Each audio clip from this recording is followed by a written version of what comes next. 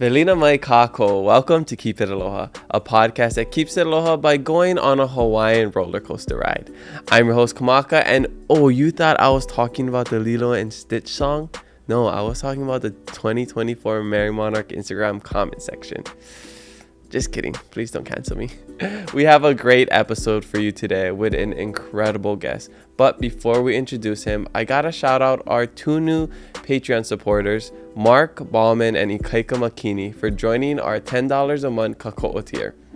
They get exclusive behind-the-scenes access to the podcast, like seeing who is coming up in the next episodes before it's even released to the public, or a special uncut episode released 2 days before our Thursday release dates. So head to patreon.com/kamakadias to sign up and be a Patreon member just like them.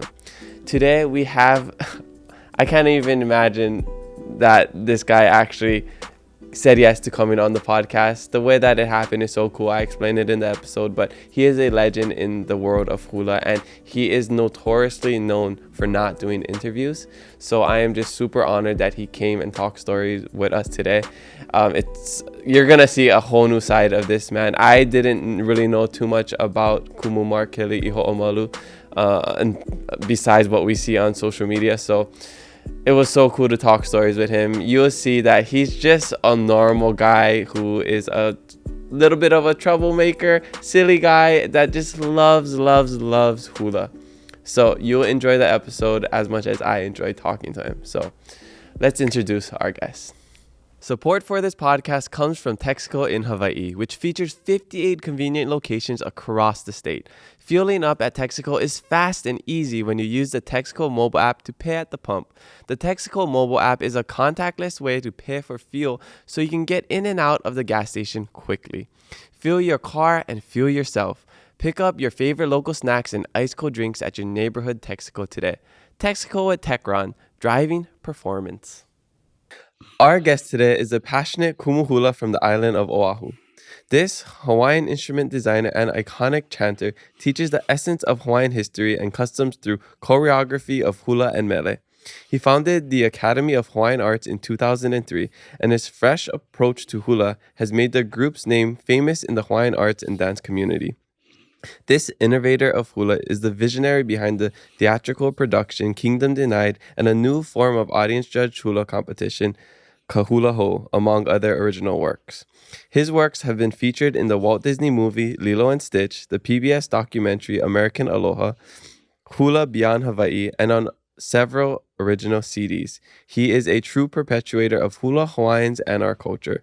I am so stoked and honored to talk stories with him today. His name is Mark Keali'i Ho'omalu. Aloha, Mark. Welcome to the Keep It Aloha podcast. Aloha. How you doing? My God, you will get all of that information off the online, eh? Off your website. And you know what I noticed? Let me take this off so I can see you. Sure. You know what I noticed? Not once on your website you mentioned controversial. But when I go to other websites, I see controversial. So it made me think that, because we get sometimes, your podcast is controversial, right? But I think it's just because it's different. It's because where we go against the norm, right? That's basically it. You know, unless you're able to think for yourself, if you listen to everybody else, whatever points you bring up becomes, leaves this area of gray. And what's happening is most people listen to everybody else's idea of what these things are versus this. And it leaves this whole area of gray, and it's based on lack of thinking for yourself. What is it? Is it? So, that's why I'm a big fan of you. And that's why I'm so excited for you to be here. I know you don't really do interviews. So I try not to. I'm really honored. How this happened is actually really cool, and I'd love to share the story. I was at Zara getting clothes for, I think it was some sort of event, and then I was in line, and some kid comes talking to me in Hawaiian, and then he asked for a picture because he watched the podcast, and super nice. I sent that picture to my girlfriend. I was like, wow, look at this cool interaction, so awesome. And then I think a little while after, I get a message on Instagram from his mom. Shout out to Keawe. And she says if I'd be open to having, kumu Keali'i Ho'omalu on. And I was like, of course. Like, after Merrie Monarch, I reached out to McKenna Oh, to bad see idea. bad idea. to see if I could have you on. And then I forget what happened, but it never happened. And then just this happened a couple months ago, and then a couple weeks ago we set this up. You happened to be over here, and now you're in the studio. Shout out to Justin as well for helping to set this up. You're Hanai's son, so it's just so cool how it all connected. Sorry. Yeah, they all apologize profusely for this episode, but Yeah. I don't know. What I don't about- I don't what know is what up- they're apologizing for. This is gonna be one of the best episodes ever. We apologize for what is about to happen. Okay, well, if people don't know who this is, and for people to get to know you, I want to start at the beginning so we can dive into your whole life story. Where are you from? Where you grad? And what was it like growing up? I'm from Aya and grad Aya High School. Well, the summer of that time. How was it growing up? But great. I am lucky to have been born and raised on the tail end of plantation time. It's nothing. Today, Hawaii is nothing like it was before. Nothing. It's just totally different. I'm raised before freeway. I'm raised before. It's just 100% different. It's I used to have a problem with it before, but I had to kind of stop and take a look at. I no longer live here, and I come home to be reminded of how much difference there is. I mean, I come home to Hawaii and I look at Hawaii like I love Hawaii as my home and my matuahine, but like all the other things, I grieve, and I hate coming home. It's it's relative to going home to see your parent at hospice. Hawaii is dying, and and it's evident, and I see it all over the place. Everywhere. So we can dive into that a little later, but what was so different from when you were growing up to now that makes you say that? And like, what were you into the culture back then? Hula? Oh no. Growing up, I got to be, the kind a boy's life. That kind Tom Sawyer kind days. You can go mauka, you can go running, hunting, everything, and go makai and go fishing. This was before the lifted yodas and gold chains. Oh, this there's nothing that I didn't do. I mean everywhere. There was no. You just run, and from mountaintop to getting on homemade va and just going out in the middle of Pearl Harbor and having the Coast Guard chase you back. You don't do that kind of stuff anymore, but it was there, and I got to do all of it before I got into hula and things Hawaiian. Okay, so when did that happen? When did you get into By the time I got to intermediate school, I started being aware, and things started coming across. I would see. I got into hula because of watching Channel 13, Japanese station, and that was the only place that you could watch one hula show. Really? And I saw this girl dancing on TV. Beautiful. I never saw anything so beautiful before. Just watching her dance along holoku, and that was the most beautiful thing I saw. And hearing Hawaiian music like that. I mean, we hear Hawaiian music everywhere, but it's not focused on any one thing. And when I got to high school, my friend was asked to go to hula class by this girl. I didn't know who she, I didn't know her, but she asked him to come to hula class because they went to Mormon church together. And so he never go by himself. He said, "Ba, you can come with me." I went, "No, I'm not going hula class with you. Ba, hula is, that's all for the kind guys." And he said, "Come on, I like go and check it out." And he said, "Oh, here's my friend." And I looked at her and She's bigger. And I said, I saw you on TV a long time ago, and so I said, okay, I go. Now I'm gonna go with him to hula class because this wahine was there, and we got to hula class, and we sat there. Johnny Pi'ilani Watkins, Polynesian Review, Halau in Waipahu, and we got there and we sat down, and he that we were just watching, and he told us, you two guys over there, come over here. They was doing some kind of Tahitian routine. Mm-hmm. So we never know nothing. We said, okay.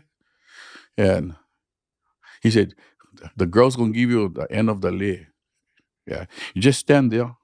No worries. And they came in, they gave us the lei. They said, when he gave you the lei, just put your hand up. I said, okay. So they came in, they dancing around. All these wahidis, the guy is short pareo and bikini top. I'm looking at my friend, yeah. Gave us the lei, put our hand up. These girls came in, it was just shaking their brains out. I was like, I come in hula class every day, and I've been in hula ever since. And yeah, and I fell in love with it. And then again, it wasn't hula; it was this Polynesian dancing. Mm-hmm. And after that, I was asked to join Waimapuna. And no one had any problem. One side you work, the other side you go halau, and you just make it work as best as you can. And basically, when I was younger like that, but I just run on cruise control. Think about what you're doing. You just keep going and you keep going. We didn't have anything to worry about, like bills and what you're going to do next, never have nothing like that. All I needed was money was for buy cigarette and put gas in the car and then go.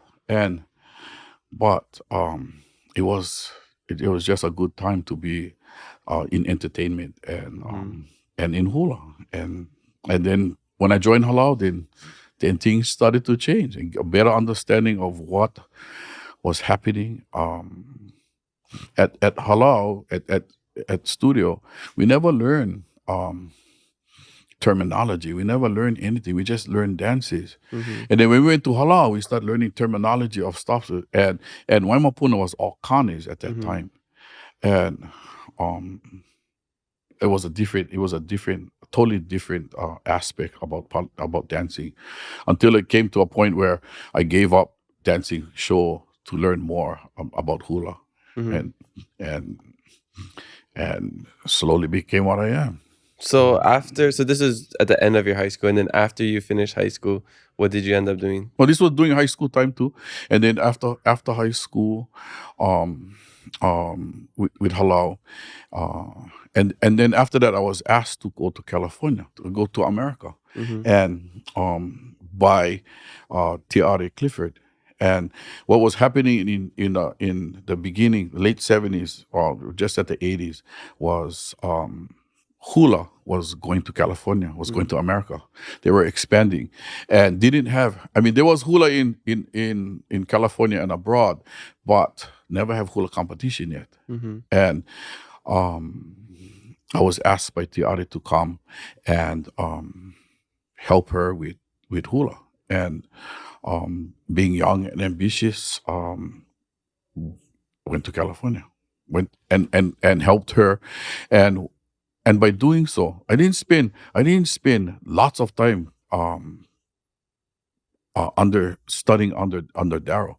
I only spent like 4 years with him, but it's going to California made me realize all the things that I didn't know. And what happened by doing so was you had to go and restudy everything again. All the things that was said, all the things that was shown and done, really didn't mean anything. It wasn't understandable, And this is in terms of just specifically hula or the culture, the language? Everything. No, back in the day, nobody was talking about olelo and nobody was talking about stuff. We knew a whole bunch of songs. Yeah. And never knew what it meant. Nobody knew anything, but we felt good doing it. We know it was Hawaiian. We go through this kind of stuff, but nobody was talking this talk. And I think, by being there, it's not any different than what kumu hulas are doing today. When they start taking off and they start learning again, it's exactly that. They learn again because all this time you have somebody telling you what to do, telling you what to do, telling you what to do, and then it's cut off. And now you have to, okay, now why they're telling you that and how they're telling you that, and it makes you have to backtrack and learn all over again what they're talking about. It's easy to say, it's easy to do when it's not yours. So when do you start becoming the kumu hula, or are you always, or you? I mean, Oh, it's the hamana of somebody else. yeah, I like to say, when it's kind of funny that some kumuhulas today, I'm not gonna say some, many kumuhula today, they always like, oh, my kumuhula this, my kumuhula that, as if your kumuhula is the chauffeur of your car. You are the reason why you have a halal. That's your vehicle. Everybody in your backseat you take care of. But my kumuhula, that kind, is your kumuhula your chauffeur? Or is this your ride? Because if this is your kumuhula's one, we in the wrong place. We should go dance for your kumuhula, not you. Different perspective on what they think is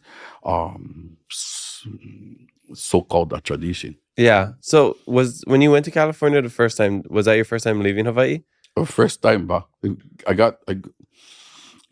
they said, oh, come to America. It's this fabulous place and yada, yada, and all this kind of stuff. And dreams and riches. And I said, I don't know. And Tiara was akamai. She brought her girls here to dance. And I looked at that and went, okay, get chicks in California too. I'm going to go over there then. Come on. We like you come to California. And I did. And when I got there, it was total the opposite. Was everything, oh, this is a fabulous place. It was crap. It was total crap. I went, what the hell? Where in California did you go? San Francisco. Oh, okay. And about hula and all this kind of stuff, there was nothing there. Tahiti was there. Tahitian was there. There was Hawaiians there, and they all came from here to teach Polynesian dancing. And it made me wonder, everybody who's claiming to be all in a bag of crackers when it comes to hula, evidently started as Polynesian teachers and dancers. They'd all taught the same thing and slowly became acclimated to only hula. I said, I can recognize it and I can see it. It's not a bad thing. It's just how things were. And today, it's totally different. And then you can go to halal and learn from scratch. You can go there and learn everything, which is a really good thing to see. So seeing all of that growing up, was that what motivated you to kind of step outside of the box and carve your own path? Because you're just like, I don't want to be this cookie cutter, uwehe ami and slide kind of thing. Kolo to the left, kolo to the right. Like anybody can do that. I don't think so. I don't think so. And then again, when I started teaching, I did all the songs that my kumuhula did, and then I got to the end of all the things that was taught down to you. Yeah. So there was a point where is that the end of this? And I hit the wall hard, and okay, I'm not what I think I am. I need to go back and study and learning more. And I think that's what changed things. The more you start to learn, the more your mind expands. Yeah, expansion. Your world just and what comes up from this, and I see it here, is evident all the way around you. So how much of everything that everybody talks about, you think they were actually there? Or is it all fantasy or something from the pages of a book? Is it we love to fantasize about us and what we are. And by doing so, it helped to expand this idea of what is and isn't in comparison to what's actually happening. What some of the motivations was Tahitian. Yeah. Here in Hawaii, as in the entertainment industry. In the entertainment industry in California, in halals and things that was happening out there, nobody wanted to do hula. Nobody. Because in comparison, to a Polynesian structure, Tahiti was the one that was most brightest. Nobody did hula. Nobody wanted to do that because it wasn't exciting. And in my estimation, today is nothing's has changed. I mean, we go out there, we do hula, and we take a lot of time to explain. And hula is not an artistic expression. Here, hula is all about explanation. Let's explain ourselves and a reason why this. Where's this celebration of life and movement and these kind of things? Well, we haven't gotten there yet. It doesn't seem so. But everybody didn't want to do hula because it was boring. And I was going, and that was motivation. Yeah, I think also, like I say this, quotation marks, like being Hawaiian wasn't cool back then. Like it wasn't like what it is today. Like being Hawaiian is cool, but I, grew up in the 90s where it was like the second decade of the Renaissance. Hawaiian language, I was in Hawaiian immersion. And even that, to me, personally, I was just like, why am I doing this? I want to go play sports. I want to go do all the American things, because that's what you see on TV. That's what you see all the athletes doing. So to me, there was no interest in, following my kumu hula, doing all these things in our hula class. I was just like, I want to break dance because I see the Jabbawockeez do that on America's Best Dance Crew, So, I mean, and even your time, that was before that where it was just getting started. Well, I talked to many locals that leave home and live abroad, and they all seem to come to Halau. And not to say that other kumu hulas from here come to America to come sit down at Halau and talk story, and they feel displaced, not because they feel more displaced here than out there. Out there, they are able to, people see them as Hawaiian. And I said, is that what you see? I said, you know what your problem is? Yeah, your eyeballs don't look inwards; they only look outwards.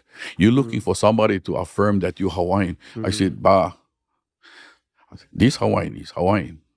I said, when I go someplace, a Hawaiian blind, no matter where I go, I make it look like Hawaii. I make everybody else around me look Hawaii. I said, and it's just a condition where I come from. I'm Hawaiian, and I don't need to be Hawaiian in Hawaii. Where I put my feet is mine. I said, when you start talking about Hawaii is a sacred place, but it's not the dirt. It's not the dirt. But take care of the vertical aina. Take care of this. Because inside this land right here is where your EV is. It's not the dirt over there. Nobody cares about that dirt. Take care of this, the vertical aina, not the dirt where we stand on. I said, I don't know. I don't need to be in Hawaii to be Hawaiian. I said, I still get dirt stuck in my feet from when I was here. And no matter where I go, it's Hawaii. That's so interesting because from my travels, I've lived abroad and I get the same experience. Anytime you leave, you're like, oh, you're Hawaiian. Like, it's a cool thing, right? Like you're labeled as like the exotic, the cool person, you live in paradise. So people are drawn to it and it gives you a kind of a status booster. And then I always thought like, when I leave, yeah, you can be Hawaiian anywhere else, but it's not as celebrated as much as it is here. That's what I always thought. But hearing your perspective on how that, take care of the vertical aina, how, being Hawaiian is me and I can make other things around me Hawaiian is a cool perspective that how I never you figure thought that why do we fight for things here? I mean, why are we stuck here? Like some of the mentality is that Hawaii is this exotic place stuck in a bubble, someplace on the other side of the world. But we're all connected to the same pico, the same place. The distance from us to the center of this planet is the same thing. And we're no longer a secret place out in the distance. We're open to the world. And the world knows who we are. I said, but people find us a little different. I said, unfortunately, when I come home, it's not me that... it's not me. This place, if this place is not that special place anymore, what the remnants of this place is out there. That's people like me. Because when you come home, I don't see this aloha we're talking about. I don't see this magical place. All I see is one aina on hospice, and that's really painful to say. It's hard to say, but it's true. I mean, why don't we take that same mentality? I mean, do what others have done.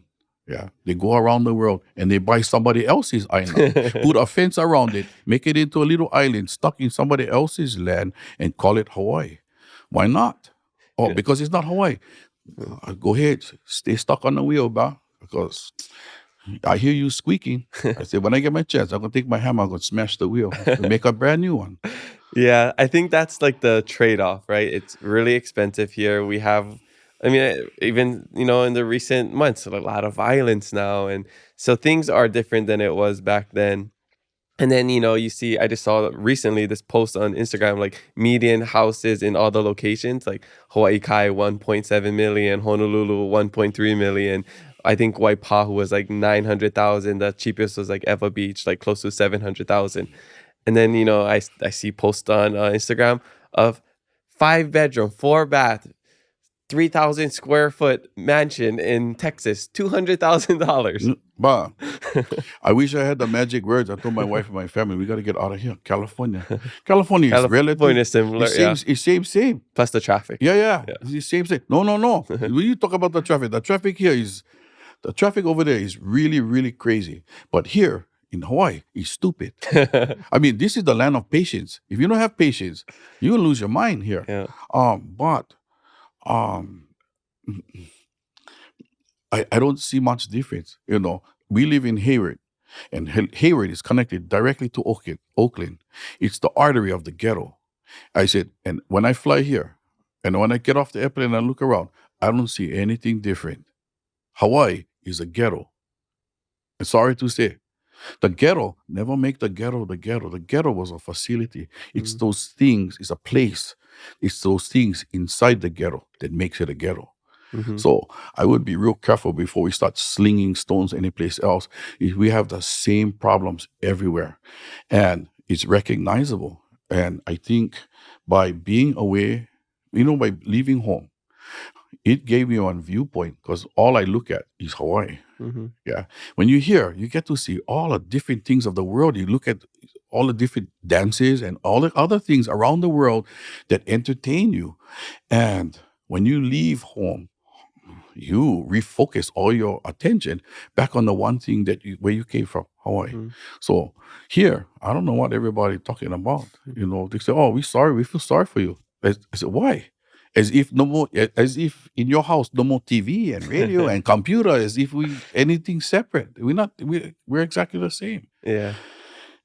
No, that's really cool. And it's interesting because I have almost a similar perspective because I've lived abroad and I've seen how amazing the rest of the world is.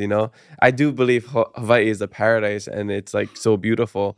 Where Well, in your mind? Well, yes, I believe paradise is what you make it. I agree. So I can live anywhere and I'd be happy. But there is something special about being here. And it's not the mountains, the ocean, it's the people. So if you have the people in California, in Montana, in New York, that's your Hawaiian community. Exactly. So I believe, it's like, it's not the size of the TV, it's who's around it. So that's what I've always noticed. But for me, I feel like being here is special because my family and the language, it's hard to speak Hawaiian outside of Hawaii unless you're in a place that, has a Hawaiian community. Exactly. So I think this depends on the context of like what you're interested, what you do, and stuff like that. But I do agree with everything that you're saying is that I think it comes down to pride for us, is that people don't want to leave because it's like if you leave and you can't afford it, it almost to the outside world it looks like you failed, like you weren't able to make it over here. That's why you had to go to Vegas. That's why you had to go to somewhere else cheaper. And that's something that I've seen people say on social media. I'm not saying that's what it is, but that's a perspective that people probably have. If you ask anybody, what do you want? What do you want? Where can you go to be what you are? I mean, the whole world is redefining itself and what's important to itself, and it's constant change. It's the kind. So how do you find any place solid where you can stand and be what you are in a world that's constantly changing? Yeah, you can do this, you can do that. You cannot say this and say. Where do you find stability? Mm-hmm. Yeah. But if you always again, I just plant my feet nice and solid in what I do. And if I have to fight, if I have to stand my ground and fight, yeah, um, I don't find my fight with anything else except the thing that I love the most is Hawaii Yeah. and Hawaiians. Can And I ask you, are you happy? no, How come? um, there's no time for that. What do you mean by that? No more time for that. There are occasions where you can be satisfied. There's occasions where you can express joy and stuff. Am I happy? No. If I was happy, then I could die tomorrow and not think twice about it. There's lots of things that um, I that I would try to change in myself and change in light of us as a people Mm-hmm. and a community, and whether it's right or a good thing for everybody or not, I would try my best in my perception to achieve those things, and that would make me happy. Mm. But it's only short lived. Do you think you're able to reach that happiness in your lifetime? I think if I can do something for Hawaii as a son of Hawaii, if I can do something that I think is worthy of Hawaii, I've sat down with my hamana many times and said, what are you trying to do? I'm trying to create something that I wasn't given. I want to give something back to Hawaii that I didn't get from Hawaii. Mm. I said, I don't want to do something and then give back the same thing. That's not what I'm. Mm. You don't give, Hawaii give you a gift and you give them back. That's not the same thing. I want to You're create just something. paying back the exact same thing. I want to give Hawaii back something to show how much I mahalo and aloha all the blessings that I've gotten from being Hawaiian. Mm-hmm. And I spend my life looking for that one thing. And if I can do something for Hawaii in that respect, yeah. Mm. It's time to rock and roll. Nice. So to you, what would you say, like, what is a Hawaiian? What does being Hawaiian mean to you?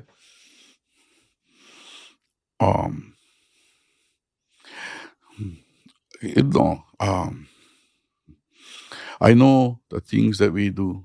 I know the foods that we eat and recognize the things that I do. It's not all things. It's some stuff that I've been given and it hasn't left.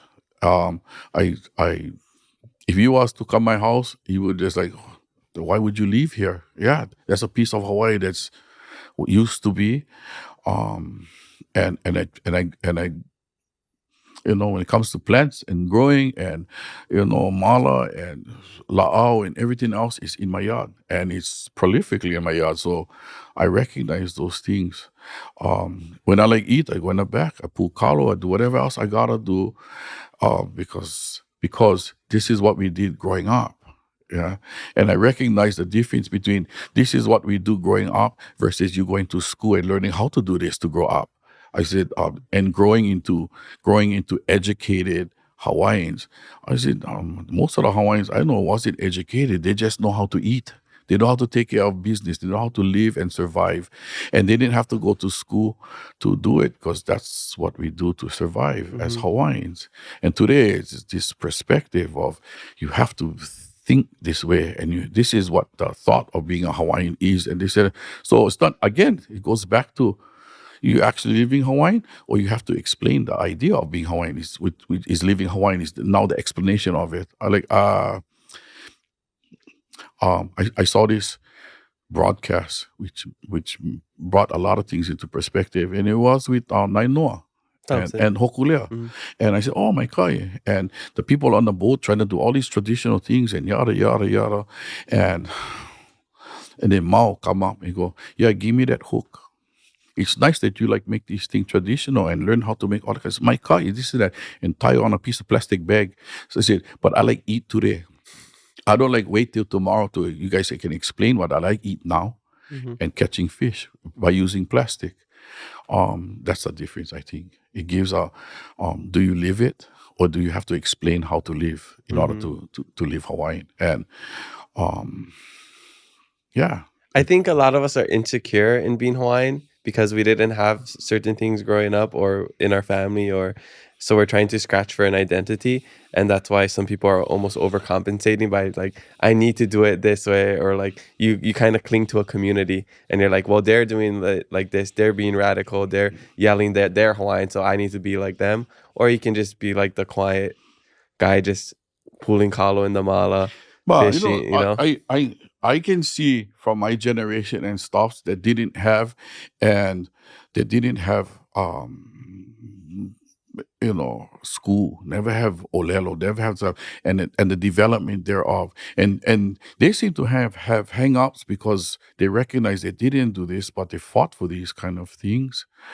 And I'm trying to understand why your generation have hang-ups about stuff, all the stuff that you got.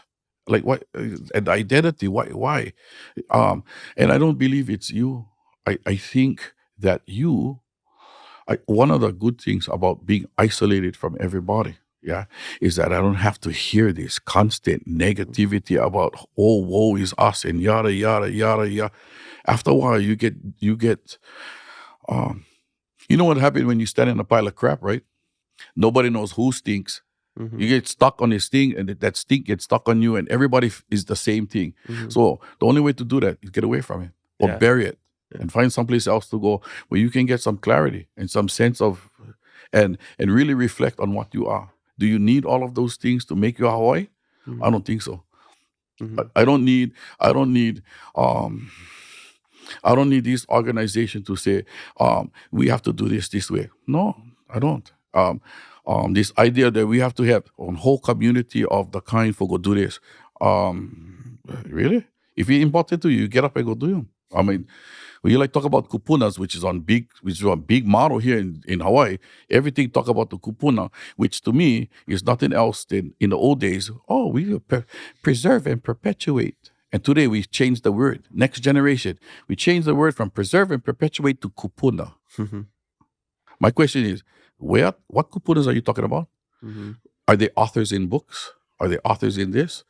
Or is it actual kupuna? Because I don't believe that. But this identity thing, but you want to get a good perspective, step away. Mm-hmm. Sometimes I think when I look at Hawaii, when you're stuck in a kaleidoscope looking for clarity, you're not going to get a clear shot if you're stuck in a kaleidoscope. Step off. You might find out you can see the problem. It's stuck when you're in the middle of the jam. Get out. Yeah. No, I noticed that. So like, it's interesting because we talk a lot about this on the podcast, amongst communities here in Hawaii. But living away and going away, whether that's vacation, study abroad, whatever, work, you notice that it's really only here in Hawaii that we put such an emphasis on being Hawaiian or our identity or like how Hawaiian you are and stuff. Like, I don't go to Madagascar and be like, everyone's just like, how Malagasy are you? Nobody's really talking about that stuff. And I understand the history is different. But almost every place has been colonized. Most of the places have been overthrown or have some sort of sad history. So it's like, yes, we have a unique history, but so like those things aren't unique in the lens of a global history. Right. It's unique to us in the way it's done. But yeah, once you have a different perspective, you're almost you grow empathy, but then it almost doesn't affect you as much. Like for me, like all of the history that has happened to us, it's really sad. And seeing everybody struggle, it's go through the generational trauma, it's really sad. But then when you think about like, okay, I see people on social media, their biggest problem is, I don't know, somebody printed this thing that said Hawaiian words and they're not Hawaiian. Where like I'm living in Madagascar and their biggest problem is what's for food tonight, or like how do we get water, So it's like our problems are very different, and it's hard to have empathy for the problems that we have when you're like you go to places and they're like their problems is life and death. Our problems is, do I feel good about this or not? But say it again. But that's spot on right there. Mm-hmm. It's not about life and death right now. Yeah, it's about this idea of things and how much you can stretch them out and how much you can make off of it. That's here. And everybody, like with using this kupuna thing, yeah, it's a divining rod to point towards cultural awareness and what is important, and to look for the grants and the money that helps support those things that you want to make divine. I said that's a whole different kind of crap. But put everybody right now. Start dropping bombs over here.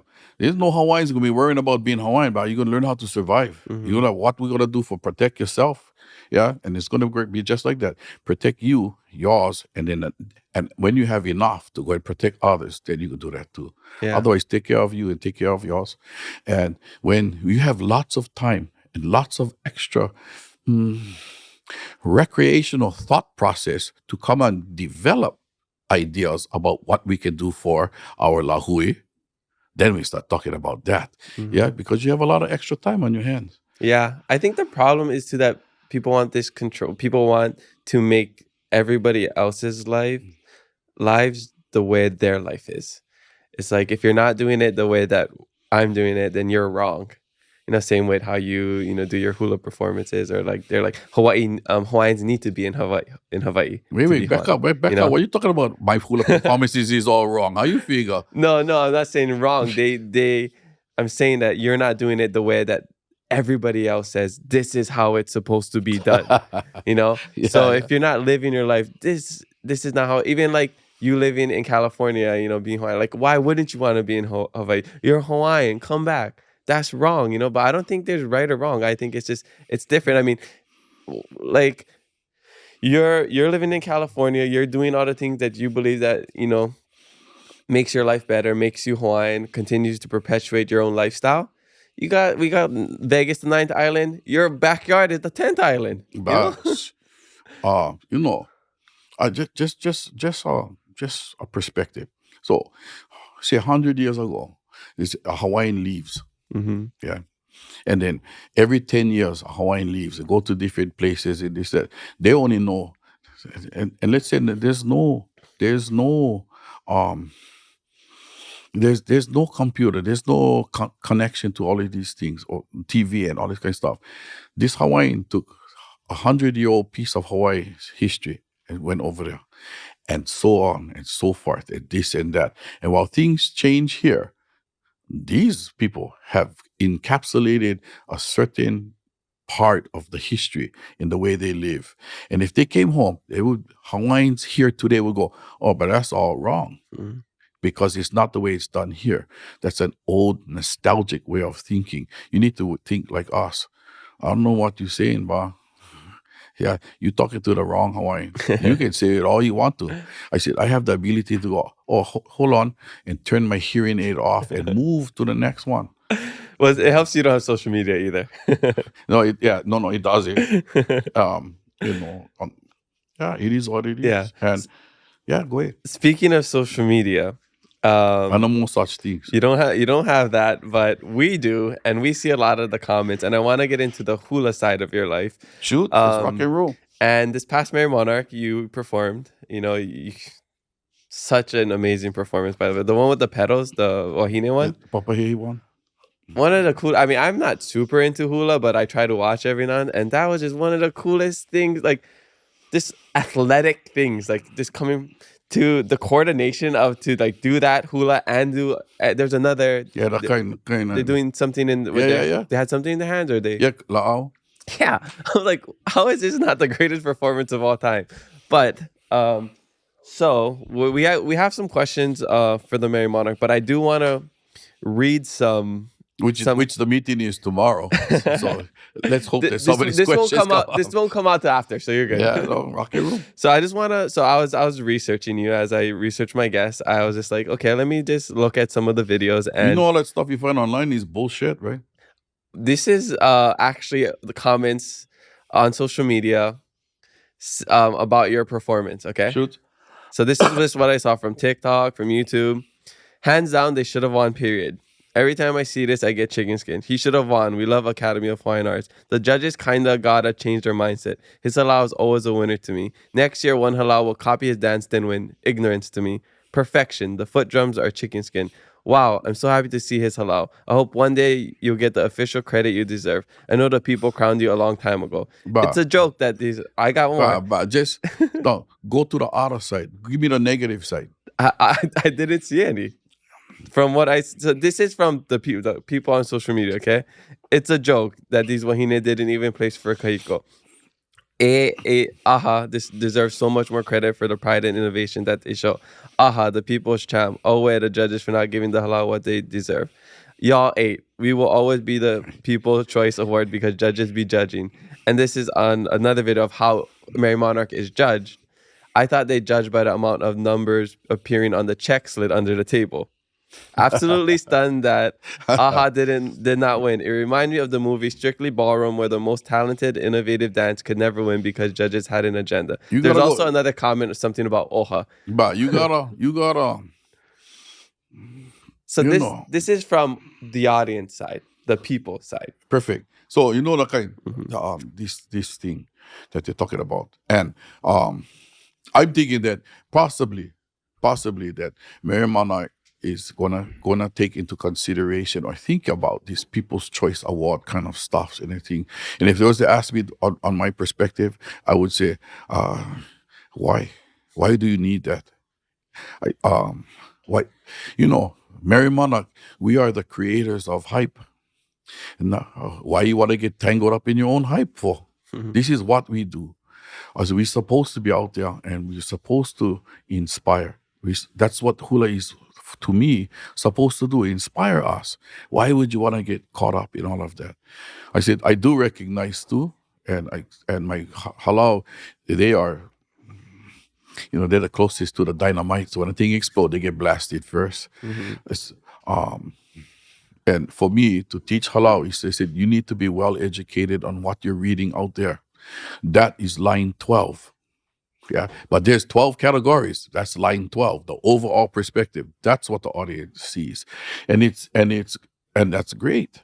But they're not looking at all these little categories that go in between that makes the difference of points too. Mm-hmm. So the overall, which I think should be changed personally to reflect the total of all scores,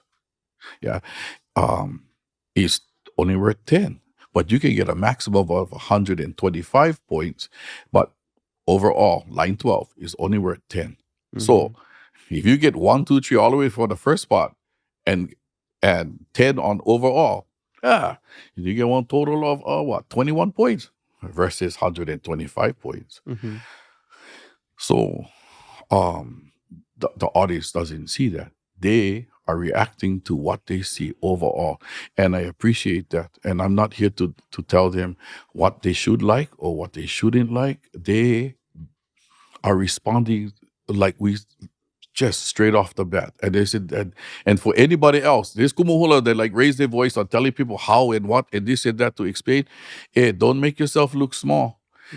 Because if you don't like something, you're going to voice your opinion too. Mm-hmm. And you don't want anybody to tell you, you're not supposed to be like that and whatever. Just shut up, hum out your face, sit back and let them express themselves too.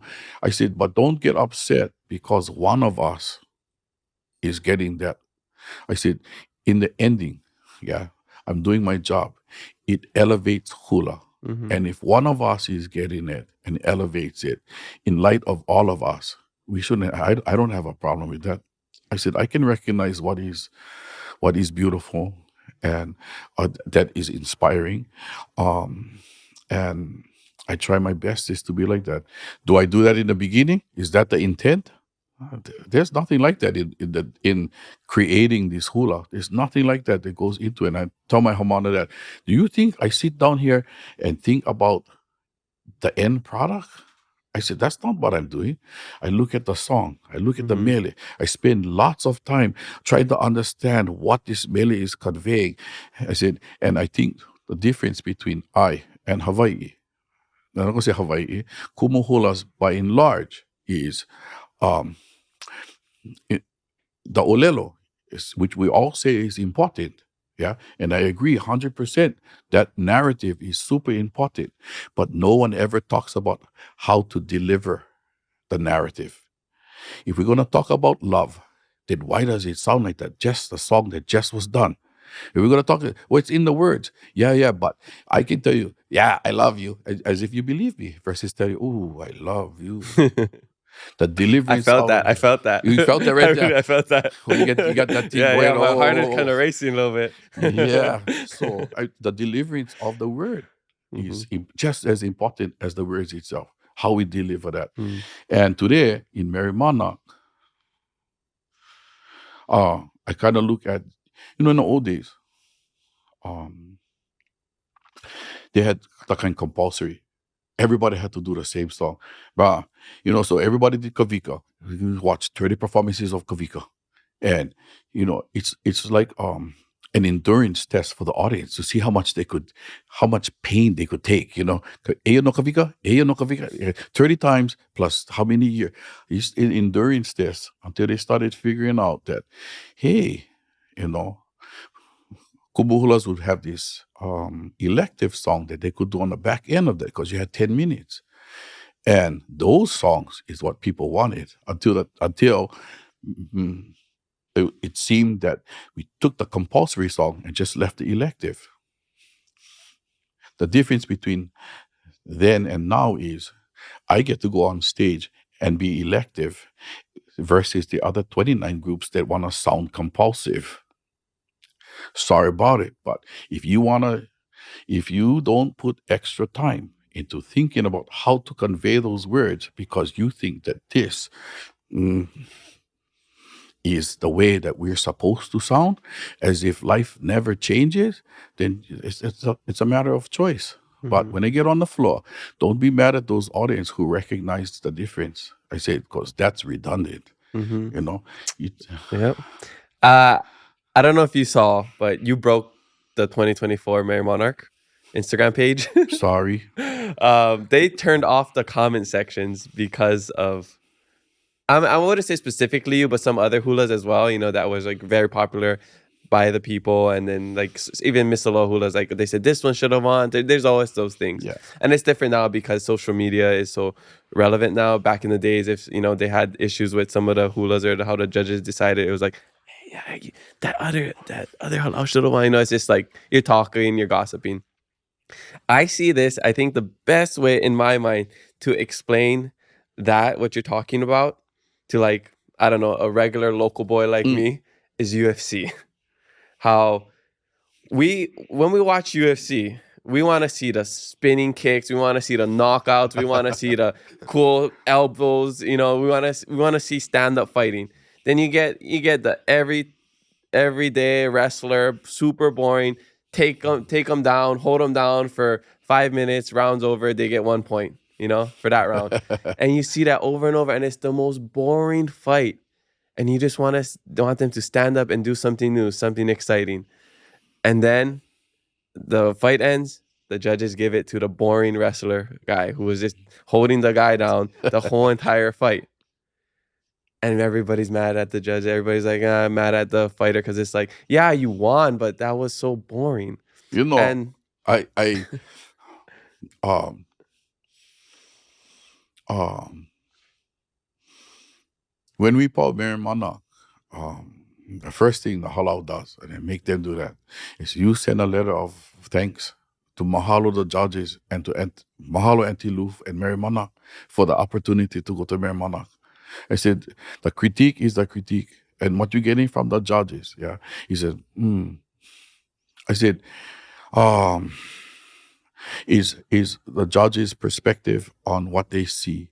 And I said, you go look at your video. I said, that video that you're looking at, yeah, has been tailored. They said, what you mean? Yeah, those people sit in the front while you practice, taking notes and when to switch the camera and all these other kind of things that's going on like that. You best go watch yourself real closely. Yeah, because when they see you make a mistake, switch to camera A or switch to camera. They try to hide as many of that to keep it at that level. I said, but go watch your performance. Now, what do you think? When you get past the glamour of feeling good about yourself, now if you want to be uh, a dancer, yeah, you want to be a dancer. That's what that's what you want to be. Go critique yourself. It will tell me what kind. Now, what do you say about what the judges saw? and some of them goal is, I think the judges were very generous. Mm. I said, yeah.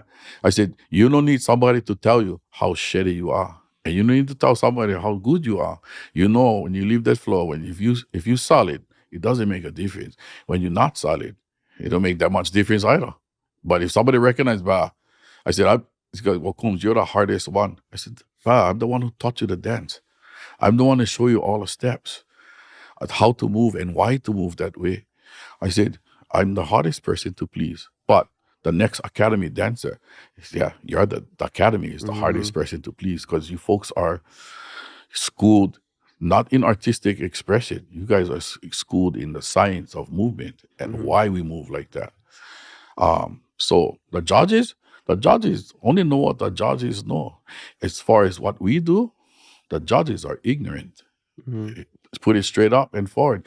They know what they know based on where they come from. Yeah. And if me personally, if you're a judge and you are putting anything else other than what the score sheet say right there, well, this is the way we was taught. You so far off base. This is not you. It's not based on you. It's based on this performance is based on me.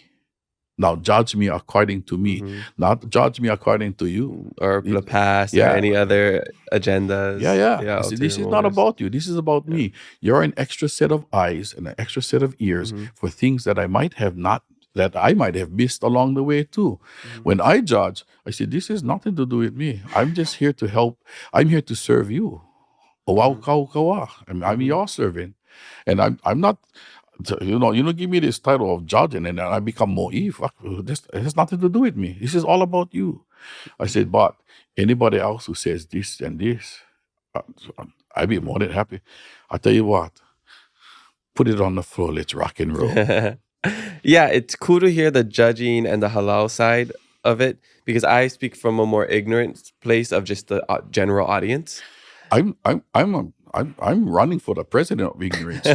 No, but I think I just want to bring this up because I want people to know that, the general audience, my perspective, people not super into hula, we're coming from a place of like, we want entertainment. Just like the UFC fight, we want to see knockouts. It's more exciting than grappling and wrestling.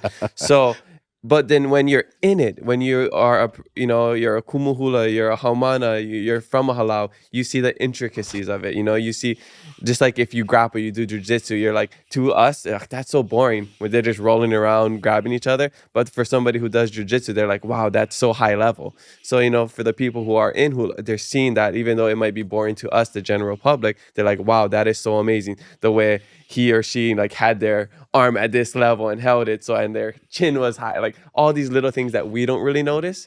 So I think that's the difference between like the general audience and people in halal, and social media is the general audience. Yeah, that's going back to line 12, the overall. Yeah. There's other stuff that like as we're discussing all of these things. What is historical, yada yada, this and that. I was gonna tell you, but don't say traditional because that's an overused and abused word. Traditional. For me, hula is the tradition. Yeah. And we're talking about what auntie folks or tutu folks did in the old days, but that's not tradition. That's nostalgia. So this is nostalgia and this is today. But we all fall in the line of hula. And it's not more or less. It's just what it is. And trying to say that this is more than this is so absurd to me. But I think it's kind of like music. Music, we have different genres and it's always evolving, right? Overall, it's hula. Overall, it's music. But it can have old school. It could have new school. I think in general, it's still music. It's all built, it's Hawaiian music. For me, Hawaiian music, now get plenty different kind of Hawaiian music. Hawaiian is akamai.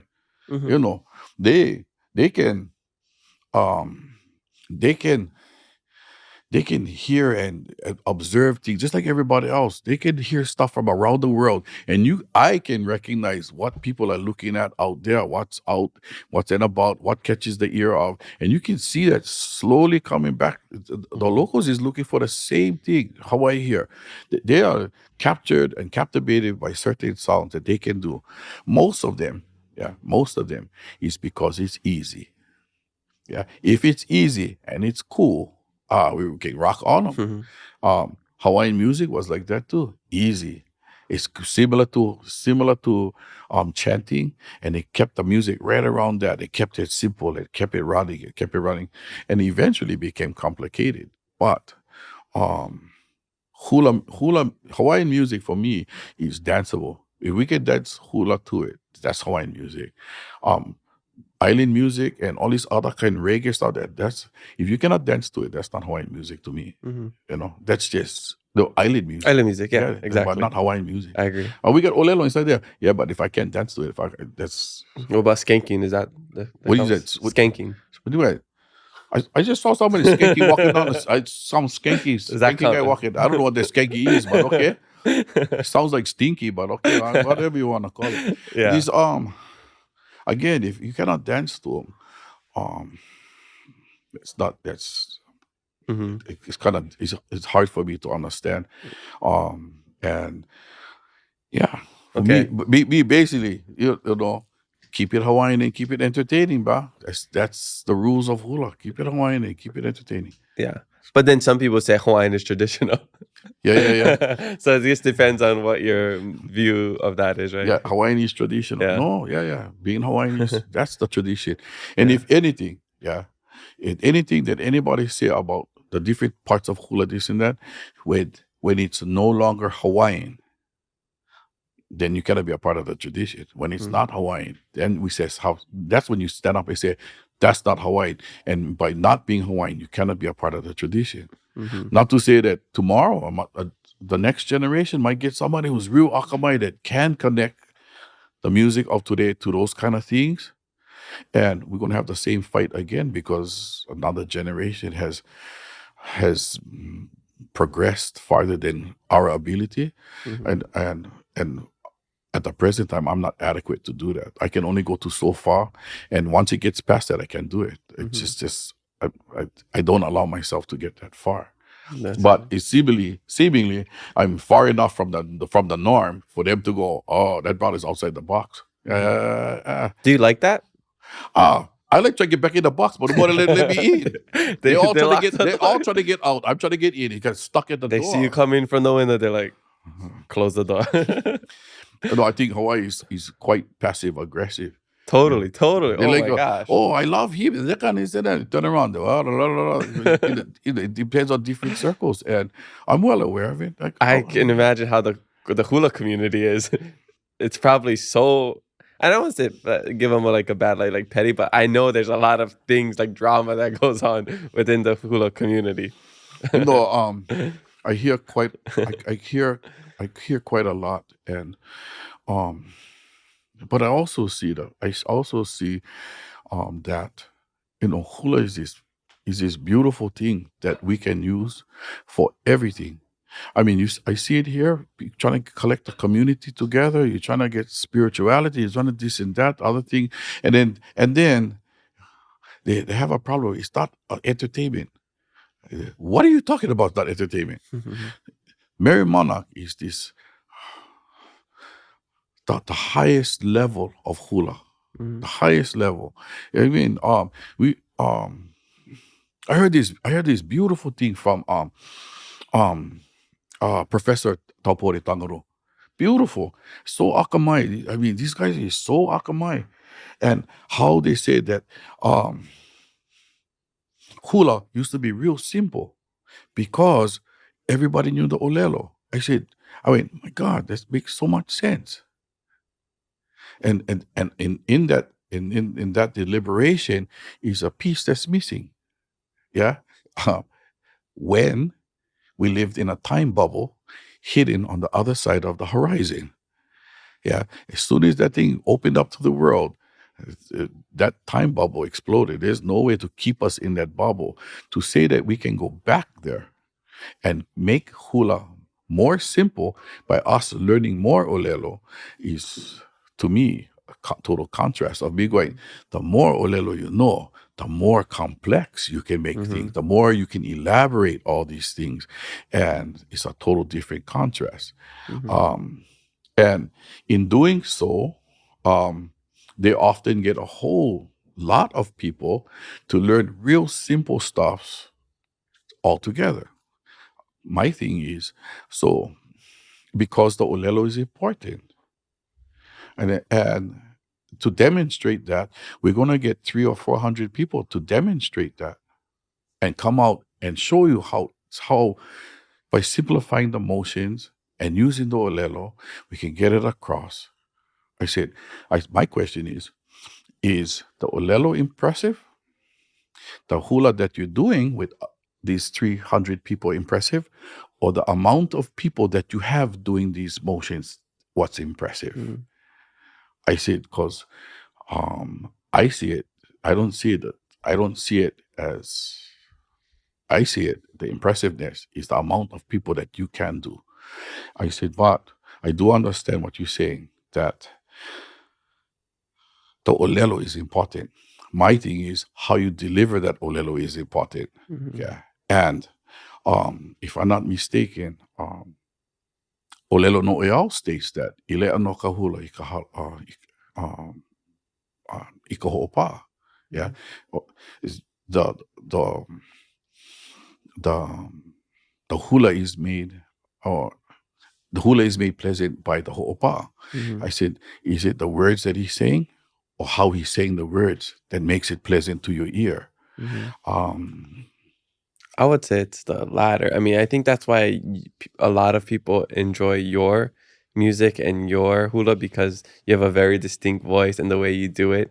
I mean, you did the soundtrack for Lilo and Stitch. Yeah. And mahalo kia kua for that opportunity, and you know, it was exactly that, an Yeah, opportunity to, and they asked. I wasn't the cultural advisor for that. Kuneva Mok was the cultural advisor, and when they asked him for, is there anybody different? I don't know what that meant, but is there anybody else that's different from the norm that you're providing? Oh yeah, this is guy out there, okay. Yeah. You know, to be honest, I don't know a lot of times don't know what people are saying, because I don't have time to sit down and listen to all that kind of stuff. I'm just too busy doing what I'm doing, you know, with the hula, or just doing hula. I mean, that's the only things I do. I go home and study, and then go hula class and practice. That's it. Yeah. And so these kind of things and these opportunities that come up, I'm totally grateful for. And when people ask me, well, what do you think? I was, you wasn't paying me to think. You was just paying me for sing the song. You know, and I can just, all I can say is mahalo kia kua for those things. And again, to elevate us and is it's Okay. important. Awesome. Well, we have a lot more questions from our social media fans. Let's take a quick shishi break and we'll get right back into it. What if we told you the next 3 times you fill your tank, you could save money? Well, at Texaco in Hawaii, it's true. You can get $1 off per gallon on your next 3 visits when you download the Texaco app and join Texaco Rewards. Earn points on every fuel transaction and qualifying in-store purchases at participating Texaco stations. Download the app and join to get started today. Visit TexacoHawaii.com for details. All right, we're back from a quick shishi break. Let's get right into the social media fan questions. And of course, the first one would have to be from Hulali herself, McKenna Maduli. Sorry. Which she says that you gave her the name Hulali. I gave her lots of names, Yeah. but let's stay with that one. That's the nicest one. That's the most that's the nicest one. Okay, she says, your pillow asks, she just ran into Auntie Helani Yoon at the Native Hawaiian Convention in Kona, his hula tita, and one of my favorite personal hula dancers in the world. What has changed from her time hitting the floor to a current dancer? How is it different to teach Haumana now than in her era? I don't think much has changed. The relationship between kumu hula and the dancer, I think is very personal.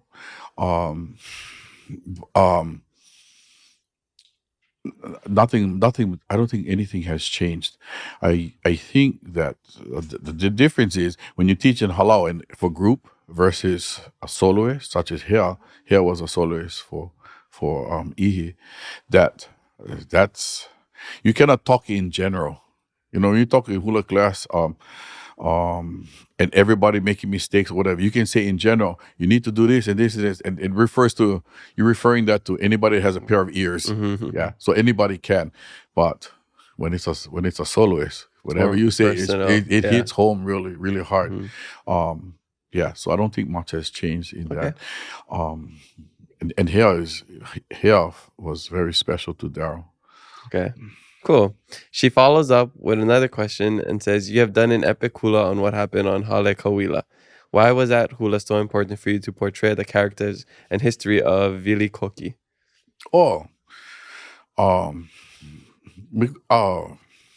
Wilcox was kind of, he's a, I think, I look at him as a misunderstood character in the monarchy.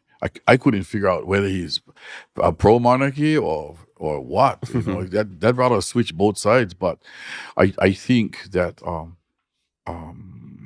he was all for Hawaiian monarchy. But I think maybe even him was kind of passive aggressive. Whatever you got to do for one thing, but he's quite strategic in how he did it. Okay, cool. I also would like to know if you could share this story of Olehala and Puliki. Proprietary information. No, she told me to bring that up about the love story. She's quite a pain in the ass. No, in the story, and I have a few that I've written. Come from this place called Polikua. You know, this fanciful place that nestled someplace on the opposite side of the horizon where this moku called Polikua is.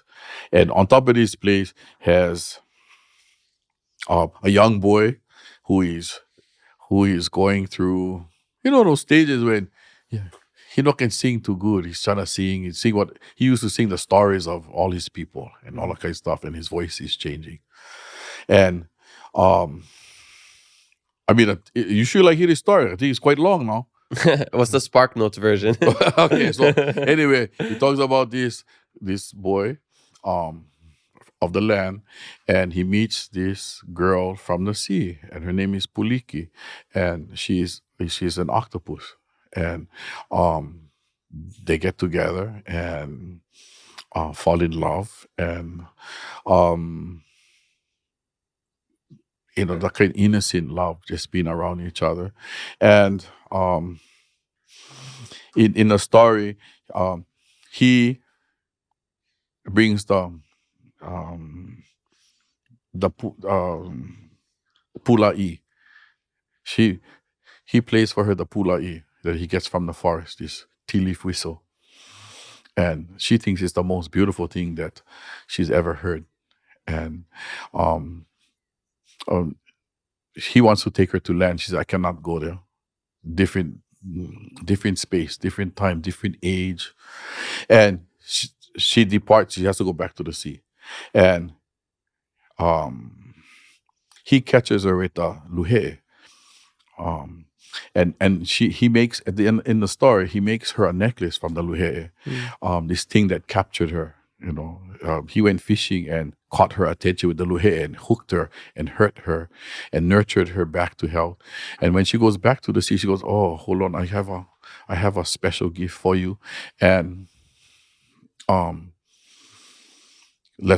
puts her back down, and she says, when you feel this on your fishing line, uh, pull it back up, because that's my love for you. And she gives him the pu'ole, the cod shell.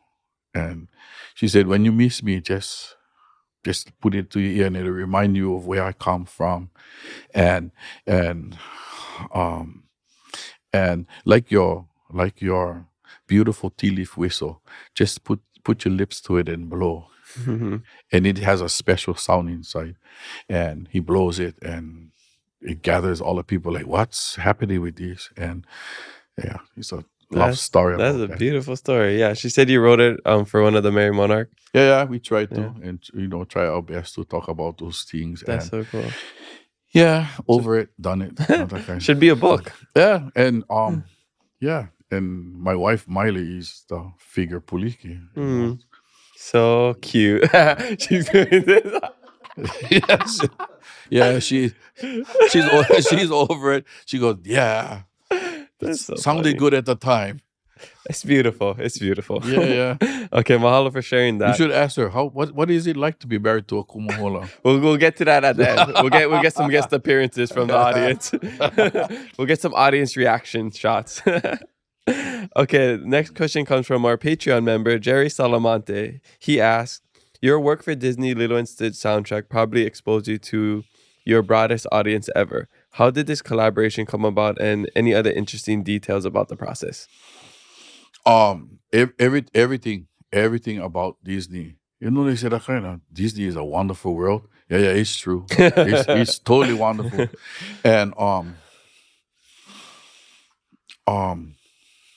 you gotta be in the right state of mind to actually appreciate all of the things that was there. I was at hula class when the calls come and doing all these kind of things, and they just came to Halau, but they said, well, we're gonna come to Oakland. I said, I'll pick you up. They was straight up goes, yeah? What kind of car you drive? Oh, I got on old bus up Dodge van. He goes, no, that's okay. You know, they saw me on the road with this guy is like their thing was like, this brother is so not plastic, he's not even funny. So got to meet them and do this kind of stuff, and along the way they would say, you don't have any clue what's happening, huh? No, you're just going to sing that song and whatever. They said that, and all the things along with that, sending limousines and private jets and all kinds of stuff. Bah, it's like I had no clue what's happening. I had limousines waiting for me outside my house, going, I'm waiting for a taxi or something, and I have to go out and tell him, these guys that's out of, you guys looking for somebody? You blocking my driveway. Yeah. You guys, who you looking for? Oh, looking for this guy named Mark Ho'omalu. Okay. Yeah, that's me. He goes, I'm here to pick you up. Really? Okay. I mean, episodes like this throughout our whole. My wife was Hawaii with my son, and they took us to Hollywood and put us in a kind of hotel.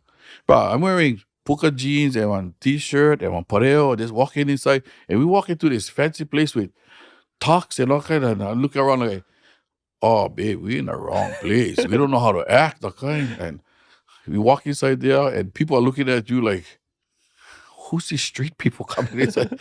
And telling them, oh yeah, we have one room. They're like, really? And we felt so uncomfortable. And we don't know how to act. We just do what we normally do. I had to call my dad. I feel so off. He goes, no worry, just go down to the store. Take the limousine, go down to the store, go buy new clothes. And we did. I went down to the store, go buy brand new jeans and put my pareo on top and then put my t-shirt. Stupid. You cannot get the kua'aina out of the kua'aina. It's just what it is. Yeah.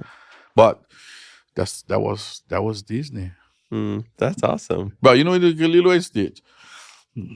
I went home. I told my wife, I go, I think this is a B-rate film. She goes, what do you mean? I went down there. I go sing a song, and watching that. I thought it was supposed to be one the kind, but the thing all like in drawings, like pencil drawing. She goes, what? Yeah, the thing never have no. The thing wasn't one movie. The thing looked like that kind of slideshow kind of stuff. She goes, that they was like, he has no clue what he's doing. She goes, no, he just sing the song. Yeah. And when they showed me in the movie, but the first time we saw him in Hollywood, I was like, when did this happen? That's you right there. Yeah, but when did the rest of this happen? Because I only saw pencil drawings and stuff like that. I never see this kind What of a stuff. trip. So they said, yeah, he's lost. So I didn't realize all of those things until after the fact. So what did they tell you? Just like, we need a song for this movie coming out about Hawaii, about hula, or what was it? Surfing? They came. It Kuneva came and said, well, the first thing they did, they sat down and they wanted to know, okay, what's the difference between what you do and what other people do? And I said, I don't know. To me, it sounds the same, but other people say no. And so I said, well, Kuneva, can you sing like anything, Ayala Opele or whatever? And so he did his version of Ayala Opele, and then I sang my one, and the music director went, can you come to Monterey tomorrow? If you like. And he said, there's nothing the same as what you do with everybody else. It's just so distinctly different. And go down, throughout the whole thing it was like that. And it was like that the whole time. They tell me to do something, and that's what I do. He said, you can come down and we can sing this song. We're going to do the studios and yada yada and this and that. Okay, and I practice. And they will go, okay. And Alan Silvestri, he would talk to the guys and go, you got to watch this guy right here. He would save us lots of money. They said, what do you mean? We call him one take. We go inside there and he gonna sing him one time, spot on. He not even think twice about it. He goes, you think so? He goes, I know so. Watch this brother radio. He's go walk inside there and sing them and he blast them and they're like, thank you, and finish. And they walk out because the director for Disney, like, that guy is kind of amazing. So that brother is practice and he go home and he practice and he comes back and he has it spot on. Just simple as that for him. Except for when we was doing the actual recording. So we did all of this stuff with Sally, my ipu, and doing this kind of stuff. And we went into the studio for the finals. And they said, so they took the Sally off and only put the music on. And we went in the studio and I'm like, what's happening? What's happening? He goes, what's the matter? And I would say, okay, you ready? You could hear the metronome going, getting ready for singing. And I couldn't hear Sally and you can hear these sounds, but I'm a parrot. Whatever sound you put in something, that's the sound will come out next. So, if you put a fart sound, I would sing the same thing. And I couldn't get him. And he would come and say, what the hell's wrong with you? I mean, I don't know. You're not even close to that kind. I don't know. And he went back inside the engineering room, said, turn off all the music. Just put on that ipu sound of his on. You don't need the music. He goes, I think we're going to put him on and he's going to sing that song with his ipu. I mean, he's so tuned in with that. And you let him sing that. And we take that from the tracks and put him on the music and see if the thing works. He's spot on. He was simple and sweet. He said that he's so in tune with that. Anything else, throw him off. And that was Lilo and Stitch. Wow. And that's how we got Aviki Viki Mai Lohi Lohi. But they gave me one soundtrack. Mele no Lilo. Yeah, they gave me one soundtrack. I was like, what is this? So I had one whole thing written, and then the day before we go into the recording studio, he goes, I will change the music. Wasn't even freaking close, by the way. What? I listen to the song about none of the stuff I put inside it would work. I just got to pull them out of my ass and come up with something else. He goes, oh, okay. You know what? Stay in your room. We get whatever you need and this and that. You and Miley, just order room service and bah. And you have to come up with that stuff in like 12 hours because tomorrow we're going to record. Which one specifically? Yeah. Both of them. Hawaiian roller coaster. Oh, Hawaiian roller coaster. So we're going to start like, what the? And I stressed the whole time. And my wife, bah, order whatever you like, room service. Girlfriend with. She goes, right on. Don't tell me twice. I think she would open the menu, look for the most expensive thing, and she just went down the list and ordered everything.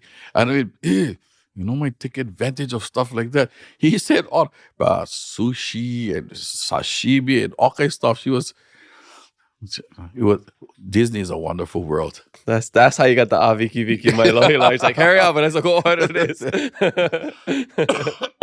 That's funny. Wow, that's so cool to hear the behind the scenes of how that came about.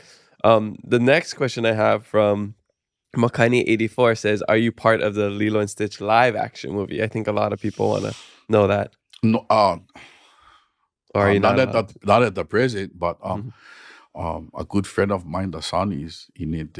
He has, are you in the kind of, no? He says, how come?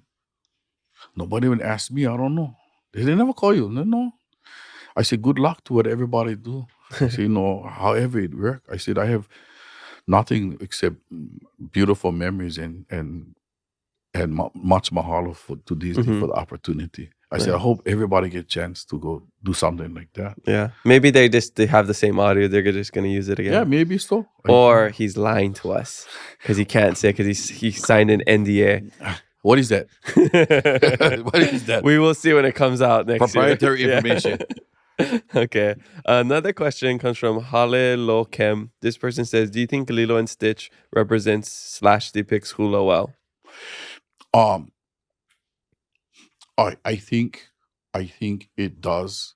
I don't think anything in there is offensive to hula. I do hear it from home here on some of the things that people think should have been or could have been, and I'm not the artist. They came, they film us what we do. We danced kalakau like that at the time, and they took that and they used that depiction as their reference to drawing out the movie. Other than that, I don't see any problem with it. Yeah, I thought it was really well done. I think out of all the Disney movies, this one really encapsulates Hawaii pretty well. I mean, with the characters, like how they talk, everything in it based on Kauai. So I'm really excited to see the live action one. I am too. Yeah. I still go around and when we see something new from Lilo and Stitch, I think buy that we can add it to our collection of Lilo and Stitch stuff. And unfortunately, I don't have enough money to make one bigger basement that I can put more Lilo and Stitch stuff inside. But we buy as much as we can to keep up with it. Awesome. That's super cool. Next question comes from Son of Oahu. A shout out to our past podcast guest, Elijah. This person says, what was the experiences that sparked an awakening in your consciousness that inspired you to carve a cultural path that has never been walked before? That's a smoking intelligent question, but you talking I don't know if you've seen Son of Oahu. This is how he talks. Yeah, I never seen, but what is that? Translate. Let's see. Let's just try to pigeon this. What was the experience of awakening? And why are you walking on a path that's so different than others? I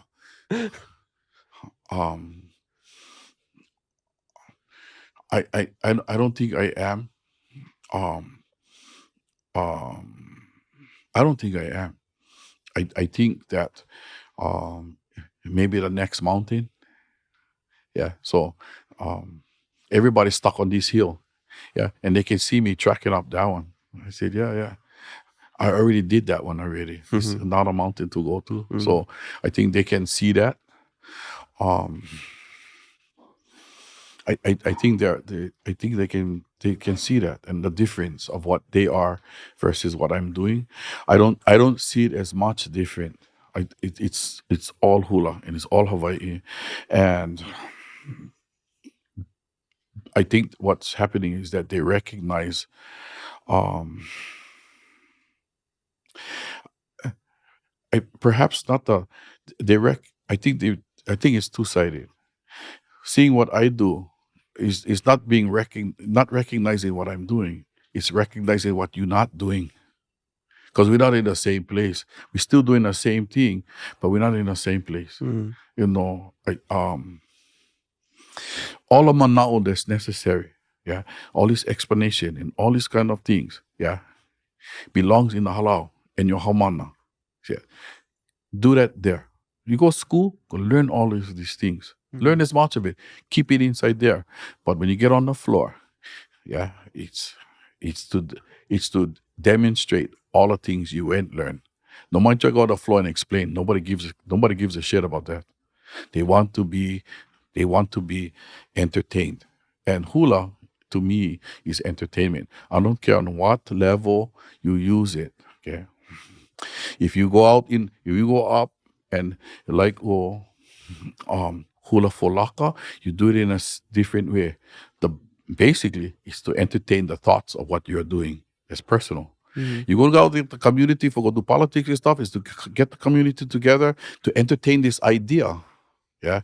When we get on a stage for go rock and roll at Merrie Monarch, it's time to rock and roll. And it's meant to entertain and inspire. And but the instructs, that's the trinity. Yeah? Entertain, inspire, instruct. Yeah, different places now. This instruction belong at halal. Okay, my job is to inspire you by entertaining you, so we keep the cycle going. Then you can get interested. Then you can go to a class and learn again, so you can take my place. Awesome. So when you go to Merrie Monarch, is the goal to entertain or is it to win? Because I mean, in any competition, you don't go entering to lose, right? But I go to hula. Mm. I go to hula, and I think maybe not the same as everybody. And then again, might be the same as lots of us. When you go Merrie Monarch, you're not trying to go out there to be boring. Nobody does that. I don't think so. And if you do, you shouldn't be at Merrie Monarch. If you like be boring, just make a video of yourself at home and see how many hits you get on top of them. I go to Merrie Monarch to rock and roll. I want to rock and roll with the bestest out there. I said, but I only go to hula. Winning, I was just told. Um, that one view was, he lost, and the other side said, how you figure he lost? He never win. He said, nobody's talking about anybody else's hula, just that one performance right there. How is that a loss? And I'm like, they said, well, how do you feel about that? I don't know. All I know is that mahalo for the opportunity for us to come in, create this one performance, the Papahehe. I said, my idea for that was to get out there and all the things that I read about all the things that I read about the Papahehe, historically too, said the same thing. Even at Kalakawa's to Kalakawa's Paina, the historians there said the Papahehe was not received like the other hulas that were more exciting and stuff. And I'm going, is that why everybody previous to me has done the same kind of thing? My thing was, let's rock and roll and let's change this perspective of what is. I said, you don't want to lose the Papahehe, but let's take it to another level where it inspires others to jump on the board and try and work it instead of losing it. I said, because on doing what everyone else doing, but you're just killing me. It's not a woohoo. There's nothing woohoo about it. You gotta make it woohoo. And if you're just gonna play TikTok on the board, about stay home. Awesome. I love that. Okay, we have more questions about the Merrie Monarch. But before we get into that, we gotta start at the one thing that you can't live without. And some people might think it's your wife, some people might think it's your family, it's your shades, it's your cigarettes, but it is really Sally. So somebody says, tell us a story. Kaflower Lay says, tell us a story behind the name of your ipu, Sally. Sally is super special. Super special. When I've been making ipu and pahu and the likes for decades, and everybody like with ipu heke. Everybody, and everybody used the ipu heke as just something to whack off on. Like, bah, seriously? I mean, until I got to Sally. Sally was special. Right? It took years to find her base and a top. And when I put it together, the base, the poo is B flat. And the top, when you cut in the top, is B flat. And the higher octave, just there. And when I sang at that time, I was B flat too. And you put them all together, it has this sound that goes together, and that changed the perspective that the ipu is not just not just for timing. Ipu is an instrument, and if you know how to use them, you can make music, and that's the difference. Chant is the perspective of chanting is to sound versus awana and using instruments to make it music, except but the ipu have tones too, and your voice gets up and can create this musical sound in chanting, and that there's nothing like her. There's nothing. She's also my kumu. She's been broken hundreds of times, and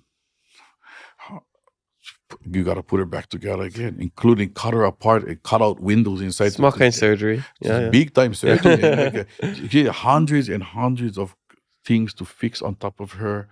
And by doing so, I've learned all the other techniques on how to fix ipus. And today, everybody, throw away you guys ipu. Nothing broke. Throw them away. Just put them in a plastic bag, send them to my house. Because now I can make one ipu or ipu heke from all broken pieces of ipu. Just make them again. Nice. Why did you name it Sally? When I was making her, just making, and then I always would hear this song, Sally, my girl, la la la. What's her name? Sally. That's my girl. Yeah. The ipu is the ipo almost. Yeah. She's and super couple. So nobody touch her, nobody play her. They carry her, they put her back in a bag, they put her but she only have one player. And she can, all of Halau know her and recognize her. And without her, something is missing. When we have hula classes, sometimes she broke and you can hear the thing. And when she broke, no sound come out of her, just bark. And everybody, you see people crying, like, put her away. Wow. And they're tuned into her as well. Yeah. So I gotta ask a question off the podcast to Maile. Do you ever get jealous of Sally? No. Are there's no issues there? No. All right. So I mean, I can whack you too. You let me whack you, I can whack you. Maybe stick with Sally. No. He's had her longer than I've known him. Oh, okay. So Sally was there first. Yeah. Well, I saw on one of the videos that I found on YouTube that you were talking about how people hit the ipu, and then I don't know if it's traditionally or like historically, you hit the bottom, not the top, because it's like hitting a kid or something. Yeah. Some dumbass said, the head, and everybody else that has that takes these things literal, that this is a head and this and that. Bro, there's a head of a drum, there's a head of a hammer, there's a head of lots of different things that you actually use to whack things on. But this is the head of an ipu, and it's like this is like a keiki. And you never hit the head of a, and people will get like, what? I'm looking at them, bro. You know, if I put in my kids, they make a certain sound too. If I wanted to put them, if I wanted to make music with them, let me tell them, I would hit them all over the place to make a certain sound. It has nothing to do with a kid. It has nothing. It is a vegetable. Okay. So anybody else who's listening to this kind of thing, and this is how it was, this and that, you best go. You know, with all of the intelligence in the world, that we failed to find a school of common sense. Just if the sound is produced here, played here. There's ipus I play on the bottom because the sound is more, the kani is more beautiful. I'm not restricted. Sally is tailored to play on the top. Any place else in her, she's not going to sing for you. But you play her on the top, there's nothing like her. She can pound any ipu into the ground. Yeah. But she's not an acoustic ipu. You got to put her on a microphone. And I have ipus that are acoustic that you just play. And that's the difference. If everything is taken like this and like this, like this, you never put any thought to it. Zero process. Half of these people that talking about ipu and stuff don't make ipu or not ho'opas. What are you talking about? When you can make them and tell me what you're coming up with and why you're coming up with, and sit down next to me, and then when we finish, now tell me what you think. I said, I've been making ipus for 50 years. What you gonna tell me about that? Yeah. I guess if you're really thinking about it too, I don't know what kid growing up in Hawaii hasn't been hit on the head by their parents. So I guess it adds to your way of thinking. So, I mean, that doesn't sound wrong to me. Yeah, cracks is coming. Yeah, we all get cracks. Cracks makes a sound. That's all. Yeah, and that's how we learn. That's it. So, you know, it comes down to that. Yeah. I mean, a lot of people have something to say that aren't, maybe should, hum out a little bit longer before you start saying just because this is what I did, this is what I did. This is how my kumu hula taught me. Yeah. My kumu hula taught me lots of things, not directly, but by saying certain stuff taught me. And I don't say they're wrong. I just say that they didn't do it. Yeah, but they inspired me to do it and created these things. And in the ending, I'm the one who made the ipus and stuff for them. But they never made any. And and that's how I learned along the keep going. When I first started learning stuff like Sally, I went to the Bishop Museum because nobody was teaching anything like that. I had to go look at the stuffs inside the archives and pull out stuffs, and they would bring all these broken pieces of stuffs. And there was no ipu heke, bro. There was only ipu trekes. Three layers of ipus that made the ipu heke. And you didn't see that back then, but that's how it was made. And and eventually, it is what it is.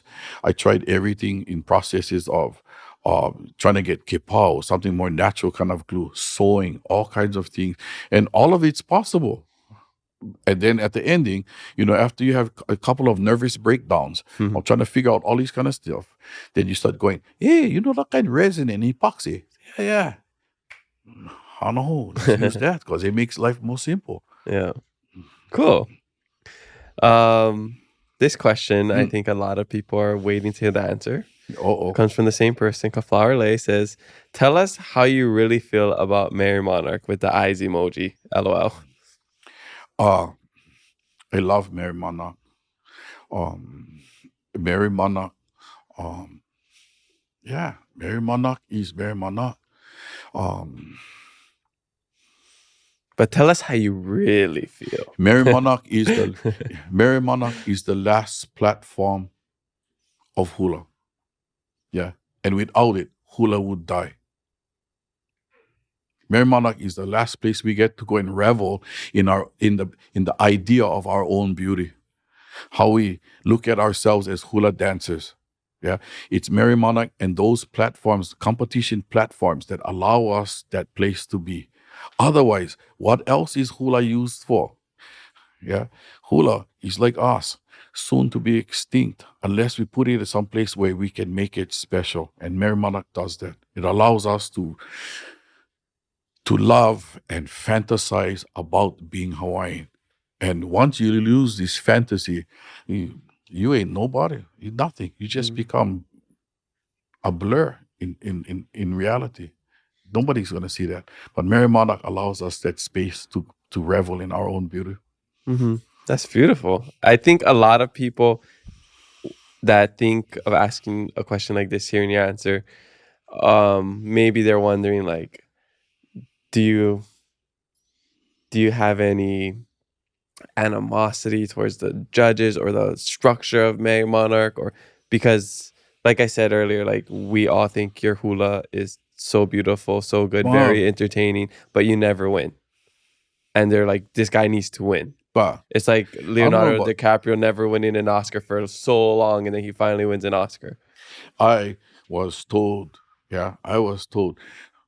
nobody but Hawaii going win. We'll never let anybody from Hawaii win. I also hear Hawaiians say, don't teach this to anybody else or any place else. Save some for us. Those are the kind of stuff I fight against.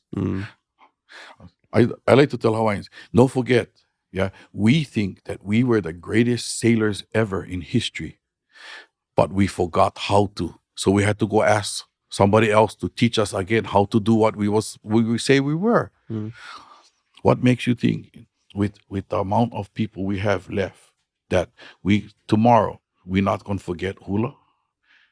Don't mind say that about other people. They love what they see in us.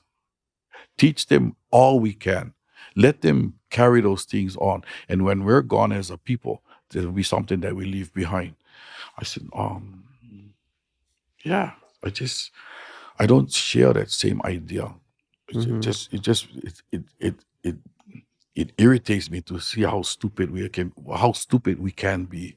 Yeah, it's just a lot of gatekeeping with a lot of the things. Like, if we use that same mindset for hula or winning hula in the Merrie Monarch competition, the Hawaiian language would also be possibly dead. Yeah. Because one of the main people that revived the language, Pilo Wilson, is not Hawaiian.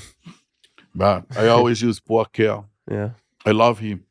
And he's been there for a long time in my career and in competition. And it's a good thing to know about the Academy. There's nothing recreational about the Academy. He's not here for recreation. We are competitors on every level. We try to do what we do. Puakea has been there, and he's told me since I was young, in my 20s, he said, be careful for what you do. When I'm young, I don't know. I'm just going out there to pound ground. And I said, not adequate, mentally capable of perceiving what you're saying. Be careful what you do. And made me think twice about things like that. People are going to think that your way is the way. And they're going to change because of you. And it made me stop and think, like, what are you talking about? What am I doing what am I doing? He said, the way you're chanting and your whole pa is so, and I'm like, I don't know what you're talking about. It's not my fault. I'm just doing what everybody else is doing. He said, no, you're not. You are different. And different is good. I think so.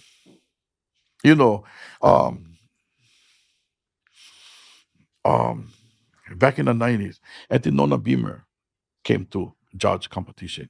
And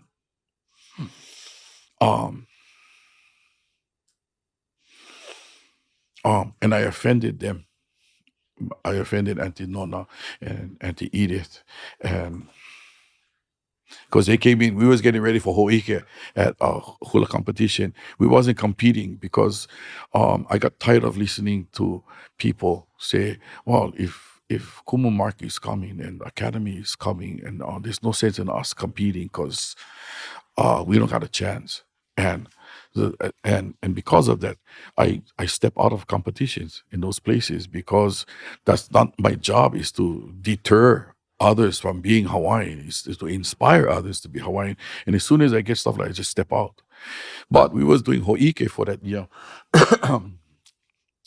And they came in and we only had so long to practice, and the anti guys walked in after being interrupted about a dozen times. Like by that time, I was so livid. I turned around, I never see them coming, and I just get the effing out of here, and all of the elders are standing there like, whoa, and they left. And Charles Kaupu at that time said, he just looked at me and went, "You are such a dumbass," and made arrangements for me to go and apologize to the elders about my conduct. And he said, "Why would you do that?" He didn't know. I said, "But I just was interrupted how many times? And we only have 30 minutes to try to do this whole production piece right here and get it on stage." He said, "Well, I will come and talk and take you over there and you can talk to them and apologize." I said, "Okay." And he opened the door to the hotel and he said, "Okay, go." And shut the door with only me inside the room by myself. I said, "You fucking asshole." And all of them turned their chairs around on me. I couldn't see any of them. They all turned their back to me. And I'm like, oh my, this is going to be fun right here. And I had to spend time apologizing.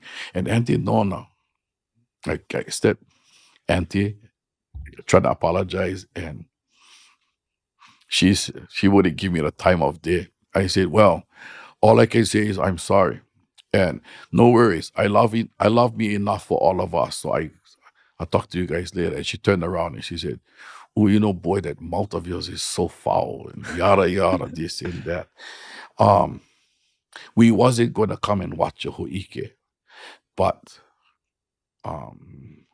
Kekau said we have to. Kawana Nakoa." She said, "No, that's my boy. I want you guys to go watch it because he's different."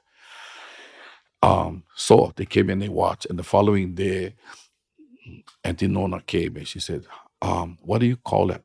I said, "What? What you do?" "Hula." Yeah. "What kind of hula?" "Hula hula." She goes, "No, we know hula hula. We know hula kahikawe hula. What do we do? This and that. And then there's you, who is not the same." And I went, "I don't know, just hula." She said, "I want you to consider us documenting you.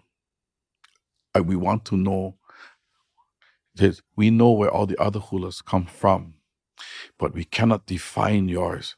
It's beautiful." I said, "Us as old people never get wiggly in our chairs when when you hear hula and chanting and stuff, and then we're listening to you and we're like, we all want to get up and dance. So we want to know what that is. And we want to document you and your career, so we can say where this particular style of hula come from." And I said, "Oh, I don't know, it's just hula, but I don't like be put in on categories, so never mind." And I left, and Charles, who was standing right there, he's holding his head going, "You're a dumbass. You're a dumbass. Here's the elders who want to document what you do. And you said, nah, what are you thinking?" And I left, and I said, "No." All I said was, "I'm nobody. I'm nothing. Tomorrow, somebody else take my place." I said, "I do hula for what I do, and I just hula. And whoever come next, and best of luck to them." Nice. And I think you're going to inspire a lot of, future generations. I wonder why someone like Johnny Lumho, who's also viewed as Special. like creative, out of the box, shout out to Auntie Kula, Johnny Lumho's first Miss Aloha Hula. she's still my heart. I love her for Boosh. That's my girlfriend right there. That's funny. But why isn't he? I mean, you can tell me if I'm wrong because I'm not in the hula world like that. Why he is celebrated and not viewed as controversial, but you are? No. Uncle Johnny was controversial for a long time. You know, he go out there and he pound and but he wins. he no win in the beginning. Oh, I guess. In the beginning, he win. People look at him like, oh, what's this? And Uncle Johnny is beautiful and unique. And those are the exact same words Auntie Nona them would say to you, unique and different from the rest. And there was lots of unique people along the way. Some people would say it's unconventional, unorthodox, or not traditional. And again, that word tradition, get rid of it. I said, don't start using it as a way to tailor what you think it should be. I said, don't. It's nostalgic, but Uncle Johnny, you know, are special. You know, to build this kahua, this platform where we're going to hula on top, that foundation, get plenty rocks inside there. Not all is the same. Some of them might be one that stands out amongst the rest. If you're a Mason, you would recognize those beautiful stones that's inside there. And Uncle Johnny is one of them. You can only hope to be something outstanding like Uncle Johnny. I think my kumu hulas, Daryl was quite like that. O'Brien and Thaddeus, who also come from Daryl, was uniquely different. I think Nakamale and Kumuhula Robert Casimiro is quite outstanding, and he is the last Kane Halau of that generation that still exists today. And I don't know anybody else like them. They are influential, and they have stand the test of time, and but wasn't always looked at in favor in what they kind. But I can recognize this Kumu Roberts' contributions to hula and how he changed things along the way too. And there's stuff that we do that comes from him directly and not Daryl. You know, there's stuff that his men did and the way that they portrayed things that might have this type of swaying that they did that wasn't at that time wasn't looked at in favor. But my thing was like, okay, why you guys don't like that? Why? What? And unless you try them and understand what it's about, they might not even know why too. It's just what they were doing. But today, a lot of my hula, is based on two different things. Two different types of body movements, not feet. Yeah. And that's where the body science comes in. And ha'anapu, so ha'aleva, and this aiha'a kind of stuff comes from Daryl. And this ha'anapu, this upward swing, uses a whole different set of muscles, comes from Robert Casimiro. So cool. Yeah. And I continue that on. That's awesome. I'm sure he'll love hearing that. Don't tell him it's proprietary information. He's a fan of the podcast, so he's been on this podcast too, so he might see it. That man is super fabulous. I mean, he's changed the overall how music is. I mean, his musical abilities and talents and gifts have changed Hawaiian music and in hula. I mean, he's hit both sides. So did Daryl. They hit both sides, music and hula. Wow, that's longevity right there. Yeah. That will live forever. I'm excited to see him in Merrie Monarch next year. Are you going to be competing next year? Oh, is that definitely. Okay. I'm excited to see that. He's, even my Kane too, my son especially, but I said, Nakamale entering. We get, I said, bah, don't underestimate them. You never do that. I said, those brothers right there, they will kick your ass up and down, left and right. I said, there's no other men's team that is as seasoned as they are. They're all old. Mm. I'm old too, bro, and I can still kick your ass. That's funny. I wonder, will they ever have a Mr. Aloha Hula? Has that ever been a conversation? Not yeah. Yeah, yeah. Yeah. And no. It won't happen. No, Too long. The Merrie Monarch's already long enough. That would add an extra day to it. Nah, yeah, I mean, you could. I mean, but basically, so if you want to put out Miss Aloha Hulas and then bore the public to death on the first day, and then back it up by kanes coming out there and boring the public again, why do so? The difference between kanes and wahinis is kanes because we guys and we're already sexy already. Everybody like watch guys dance, maybe. But only in our minds though. Yeah. But I think kanes are special because of the limitations of kanes, which makes it special.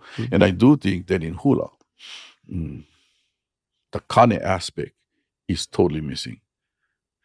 Yeah, in hula, it's all wahine. And I have that question. So why in the world is in every culture in the world, in our closest Polynesian culture, our cousins out there, when you watch them dancing, when they hula their kind of stuff, there's always a kane version and a wahine version.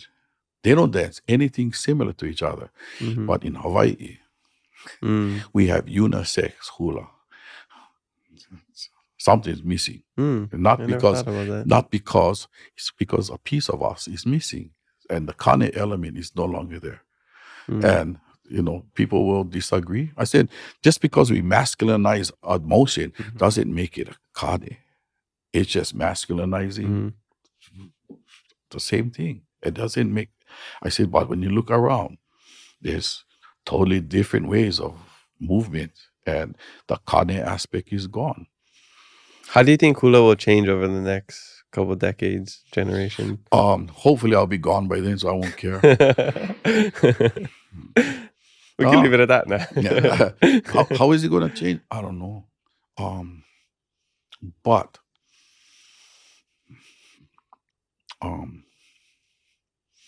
I hope I've read in the front of it. Yeah. Yeah. I hope I read in the front of it. Yeah. Cool. I don't. Yeah.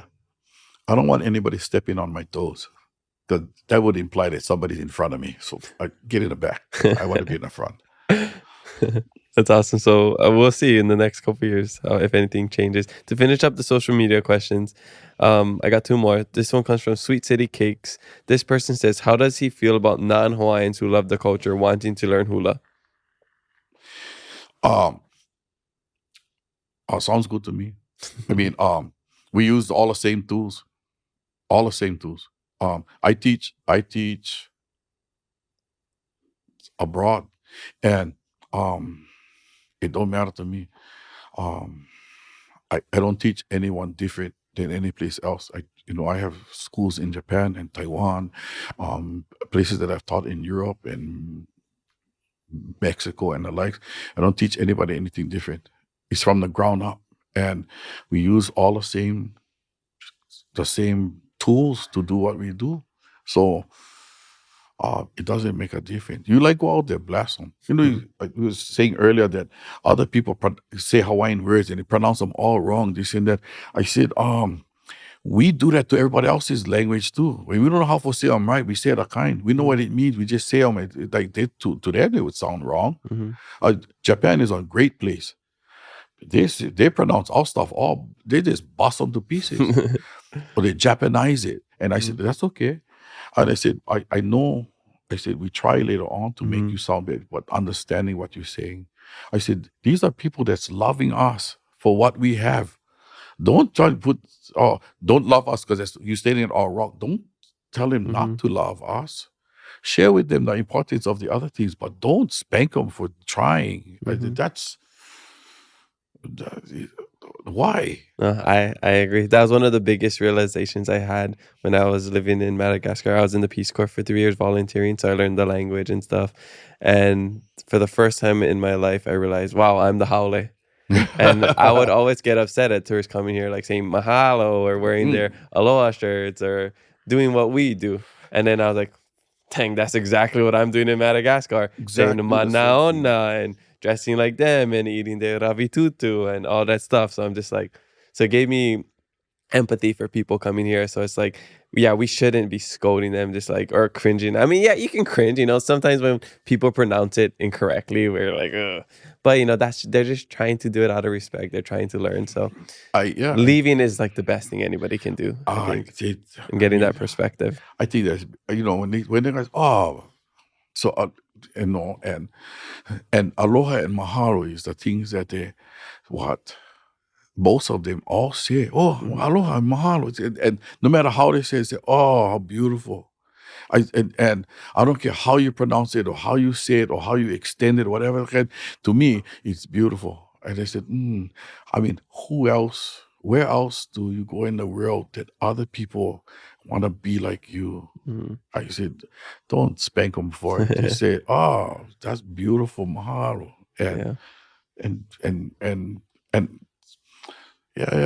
Just look at it more broadly, that this is beautiful to see other people loving you. I totally agree. Last question comes from Nania To.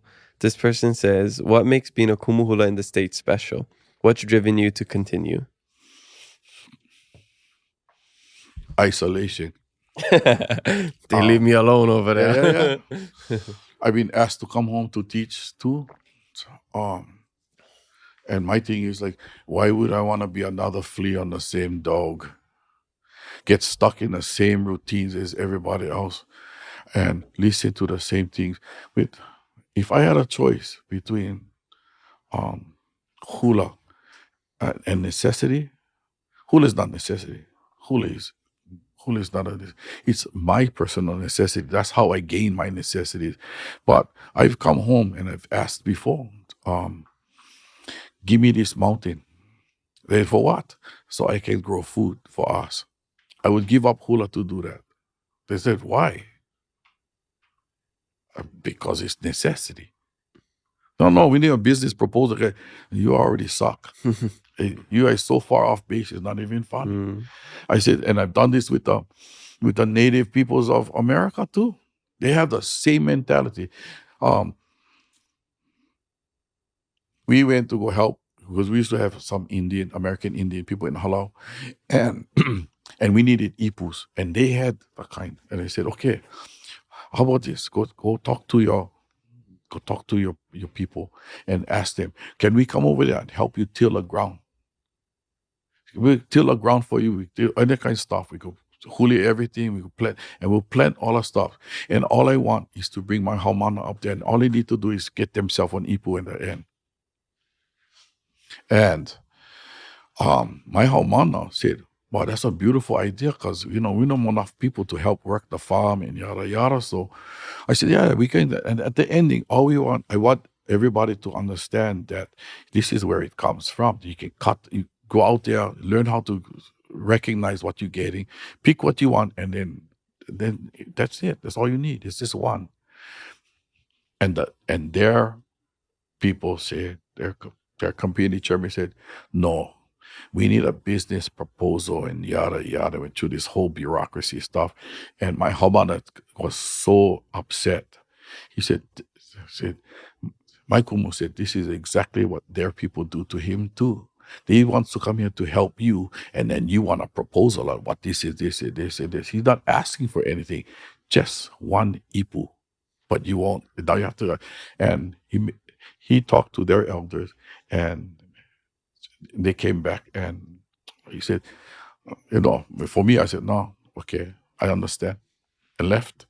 And he said, well, now they want you to come back. I said, no, you had your one shot. Next. So if somebody just gave you like 10 acres of land for free, would you move back? No, You wouldn't move back. No. What would it take for you to move back? no, no. You really just love being there.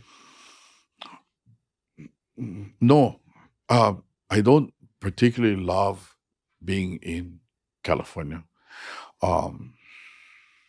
California is where I built our piece of Hawaii in, and I also built it in Japan and Taiwan.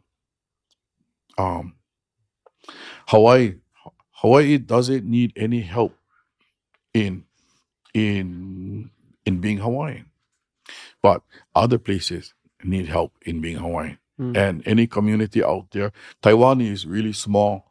The Hawaiian things are just starting.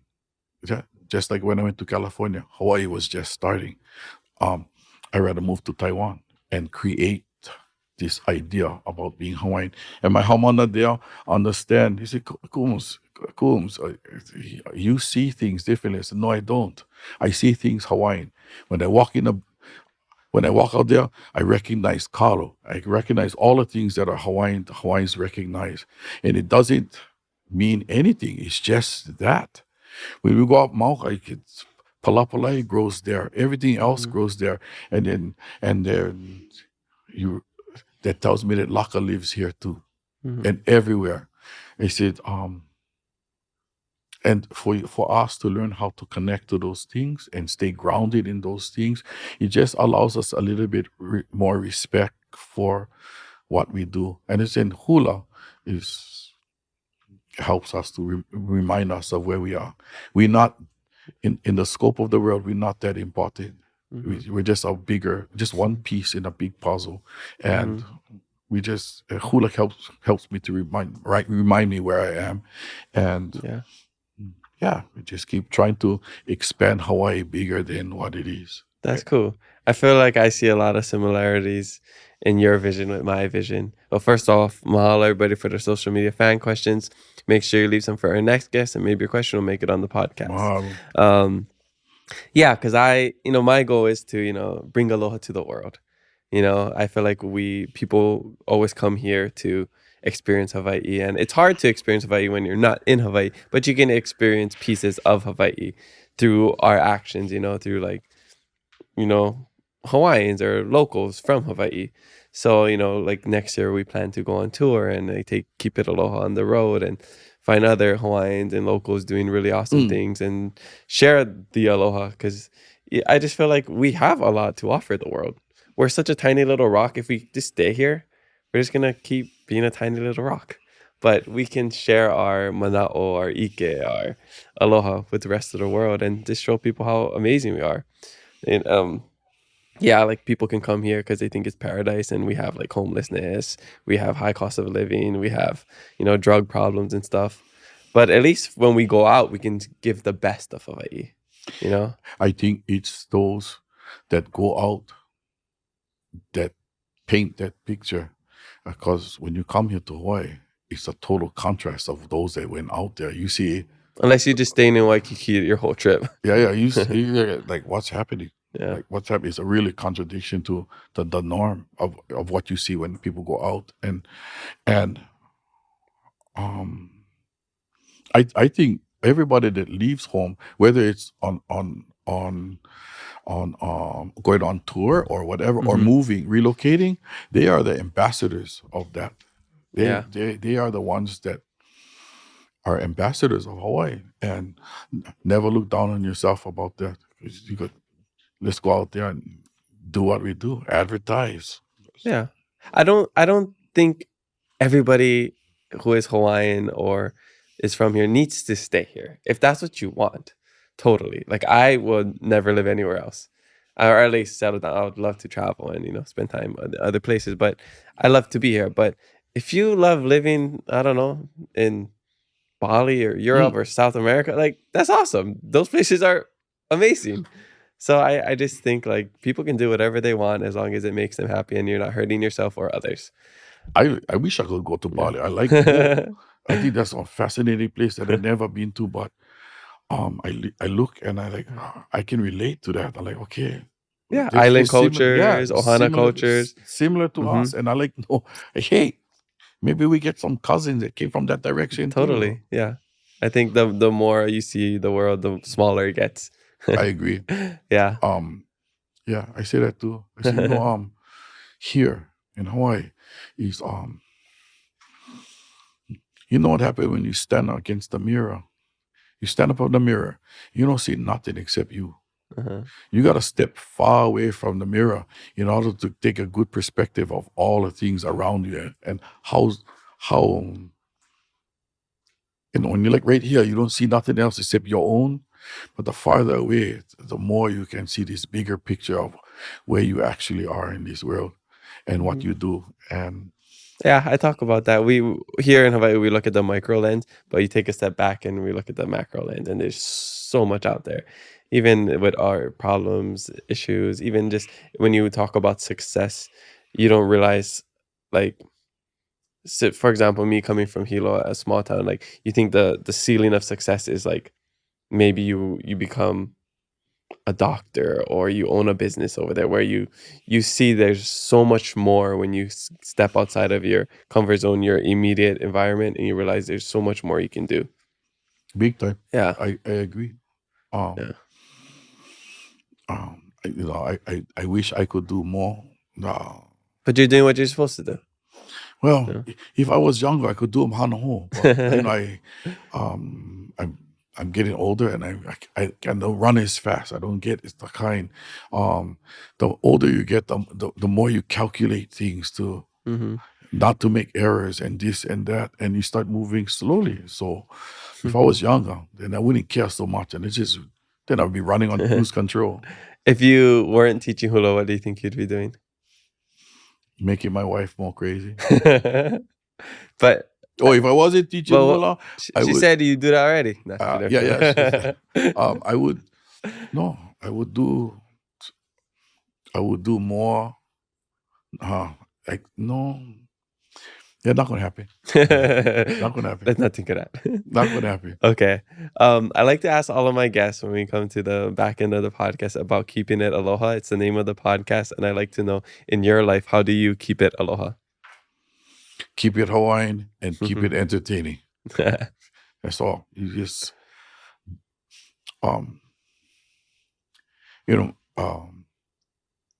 yeah, and I do your best and do your own, yeah, and keep it Hawaiian and keep it entertaining, and yeah, and hope for the best. Yeah. How would you describe aloha to somebody that doesn't really understand it?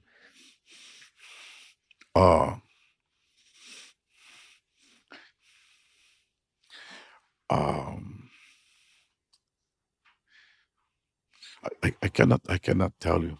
Hang around for a while, you can see. You come up with your own determination. It's not a thing. It's how you live and what you do in that. Yeah, I don't know what aloha is myself personally. I just do what I do, and we see what happened. I cannot tell you definitely what aloha is. It's a thing that's bigger than most of us, and trying to encapsulate it in a definition gets a little bit, because I think it's a lot more than that.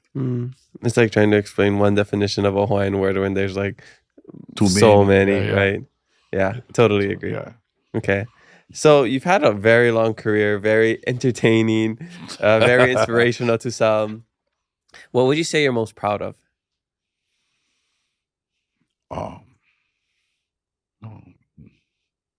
Yeah. Yet to be determined. Yet to be determined. Yeah, I'm not sure. I'm proud of the idea that my son, with all the education that he's gotten, go to school, be smart, and my son, I said, "What do you want to be, son?" "I want to be a kumuhula." "Ah, what a waste of money! Send you to school for nothing, and you still want to be a kumuhula? Why?" I'm proud of the idea that he is not born here. He not born home. He all he knows of Hawaii is what we have, where he was born and raised, and yet he feels so connected to Hawaii, and I'm proud of that. It helps to assure me that my wife and I have done our job to instill that Hawaiianness in him and things that make a difference. Well, that's awesome. And that's, congratulations to the both of you for doing that, because you can live away and not have the culture with you. Because, like, what are Hawaiians without the culture, I'm just another human on this earth. Yeah. So, people in the diaspora that live away, that have no connection to culture, that's what they crave. And that's why they're trying to get back. But you're showing people that you do not have to make it back to be Hawaiian. You don't have to make it back to be comfortable in your identity as a Hawaiian, as somebody with the Hawaiian blood. So I think that's really cool that you guys are doing it, and your son is a product of your teachings. I mean, what were we called before we got here? Aboriginals? I don't know, because we're not the original people here. Yeah, we're the remnants of whatever else was left here, but we were the first people labeled. Maybe. yeah, maybe so. I see, but we're not the. Evidently, we're not the first, and evidently we're not the last, because other people are taking our place. So, yeah, I think those ones are the haules. That's what they call. Yeah. Anybody who is anybody who can afford $1.7 million. Yeah. And I mean, the po'e that's what it is. Even we're not akamai enough to. I mean, our moko is only so big,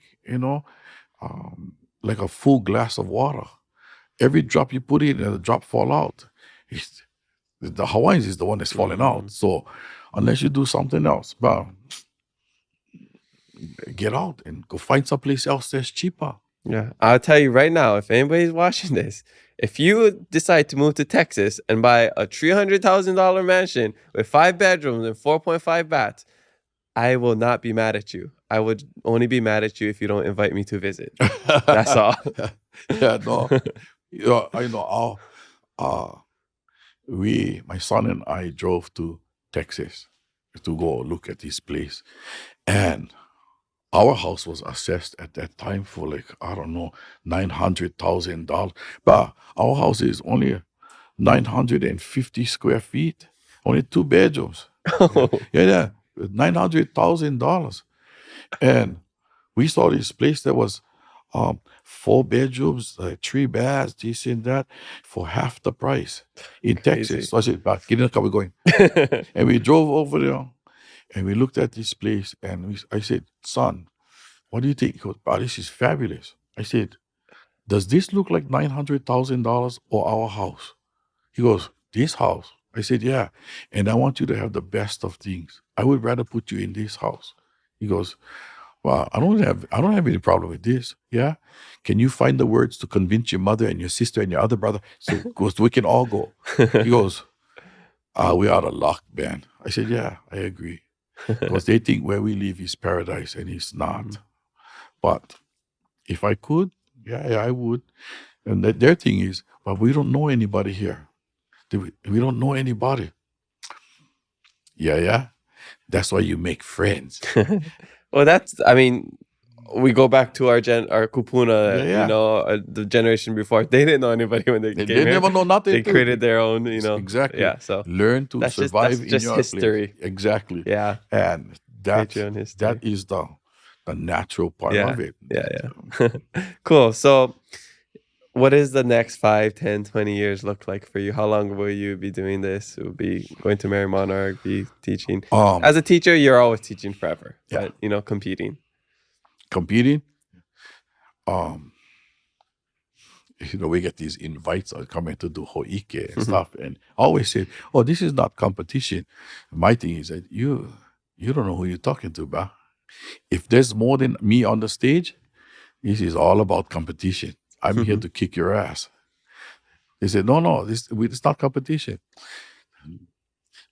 Best in show. If there's 2 groups here, the idea is to be best in show. If there's 20 of us on the floor, best in show. I'm out here to rock and roll, and I don't plan to do anything less than rock and roll. Awesome. I love that. Rock and roll till the wheels fall off. Yeah, that's it, man. Till the glasses fall off. Yeah, that's it. Good luck on that one. Yeah. You get the strap, so that's gonna be hard for it to fall off. and that's the philosophy. Do your best out there on the floor, and at the end of the day, just be true to yourself and rock and roll. Awesome. All right. So I waited all the way to the end to ask the question that I think a lot of people have. We have a lot of questions, but this one definitely is, why do you wear the sunglasses? I'm a big fan of it. I wish I could be wearing sunglasses all the time, especially outdoors. I'm just like this. If I'm outside, I'm like this the whole time. So I need sunglasses. So I don't like when you can't go places without sunglasses.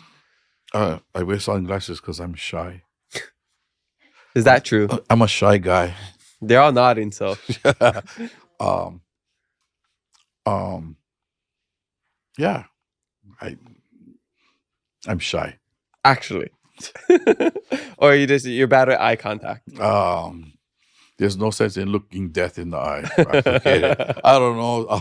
So it's for us. It's for our It's for your benefit. safety. It's for your safety. Yeah, no. It's, it helps. It gives you a place to hide. You know, if I hear stuff that makes me think, that I get to squint. It's like, okay, yeah, it just gives me a little personal privacy. Okay, so I get it. It's to look at the other wahine, so your wife don't know, huh? Oh no, she know. You still, that's where the ipu. That's where your ipu gets hit, yeah. She got good body hair. No worries. Okay, that's funny. No. All right, well, mahalo for sharing that. Before we end the podcast, and I usually ask everybody for a life hack. I don't know, did you think of one? Were you able to think of a life hack? Yeah, no. But I had to ask my wife, but what is he talking about? What is this? So she told me that kind. Okay, well, you still can't think of one. I would say no, just keep it Hawaiian and keep it entertaining. Okay. Just keep it Hawaiian. Okay, if you don't have one, I wanna do something. I wanna ask Keawe off the podcast because he's a fan of the podcast. When I first met him, he came to me talking Hawaiian at Zara. So do you want to come on the podcast? You want to come? You can say hi. Here, you can sit in my spot. You are ham. So you can talk. Okay. Here, you can sit over here. Yeah, of course. Okay, go. So you ask him what is his life hack. Or what question you want? Then. What is okay? What is a life hack? What is that? Like what's the meaning of the life hack? Yeah, what's the meaning of a life hack? Like ke kahi mea e maalahi ae I kou ola. To make your life easier. How would that make my life easier? Or how would anything make my life easier? For example, some people have like certain tricks that they do to make their life easier. Like if it's washing dishes, they do this certain thing, or waking up in the morning, they do this. Like they show gratitude, whatever it is. Okay, tell Papa what would be your life hack? Wear glasses so people think you're really smart. I lost mine. I'm sorry. Wearing glasses so people think you akamai. Is that what you do? I yeah, but I am akamai, so. If I do say so myself. No. Prove it. Let me see how akamai is you. How pehe? My God. Right now, mahalo. Mahalo for sharing, boy. I'm gonna take back my spot. In other words, get out. Get out. That's when he's gonna be a real smart when he gets older. I can tell that already. He is, and it is living proof that like his parents are from California too, and bringing him home, they get to become a part of that. They join Halau and are a part of the Halau family, and now they're here and they get to learn more about where they started. Awesome. Oh, by the way, I think you're officially the youngest person to ever go on the Keep It Low podcast. So you can tell, you can tell all your friends that. Okay, mahalo. Hold your head like this so it doesn't get too big. Yeah. Don't let it pop. Yeah, my point. Ha ha. Okay. These are just my last fast 5 questions. These are just rapid fire answers. Okay. Shoots. Favorite guilty pleasure. What is that? Guilty pleasure. Most people have like a certain food. Like I always eat cookies or ice cream, or they do certain things. There's my vape. Right there. There you go. The vape. My vape. Okay. Favorite post hula snack. Post hula snack. Your vape. Oh yeah, my vape. It's maybe my vape. Exactly. Okay. I don't have to eat if I get this. Do you actually have like a go-to something you eat after? Yeah, my vape. Vape, okay. That's before, during, and after. Okay, favorite karaoke song. Karaoke, but I don't even know what karaoke. It's bad. I don't have any karaoke anything. Favorite song you've written. I would love to hear this guy on karaoke though. Just putting that out.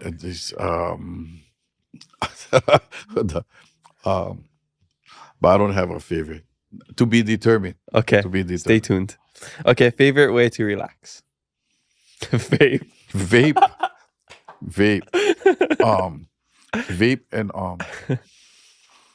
and ho'opa. When you get into one mele that you getting into it stops, and it's you get to that place where it's kind of euphoric. It's just you're on it and you start singing and stuff. Yeah. And my vape together, I can be there for days. That's awesome. Favorite, last one. Favorite travel destination. To be determined. Home, and not home here. Home, California. The 10th island. My home in California is where, I'm most comfortable. It's isolated from everything else. I don't have to worry about everybody else. Awesome. I just worry about myself and my family and my dogs and do what I do. Okay. Oh, and last question. I forgot to ask this. What is something you wish people knew about you that they don't? Proprietary information. Okay. What is something you think people misunderstand about you? I think that people think of I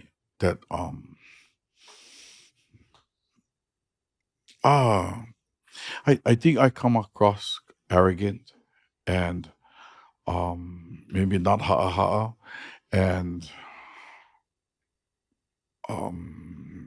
that what I'm doing is I don't know. I mean, I'm not Hawaiian. I said there's nothing that I do that's not focused around Hawaiian. It's all has the same purpose in mind, is to elevate Hawaii. And I cannot elevate all of Hawaii. I can only elevate it with what I know and what I see and how and what I do in it. And it's hula that I go to, and I'm not looking for every part of hula. I'm looking for that entertainment factor of hula, because that's what reaches the world. And I want the world to know that, Hawaii is Hawaii. And hula is a part of Hawaii. So, if you're not Hawaiian, you cannot. It's hula doesn't. Yeah, everything is connected to the same place. It's the pico of all things that I do is Hawaii. It's hard for me to understand, because this is where I come from. And this is the core of everything, and it's kind of hard to answer, because I don't think outside of Hawaiian mindset kind of thing. Is there anything you want to share before we end the podcast? If not, tell us where we can find you, which is non-existent. Nowhere. Which is two.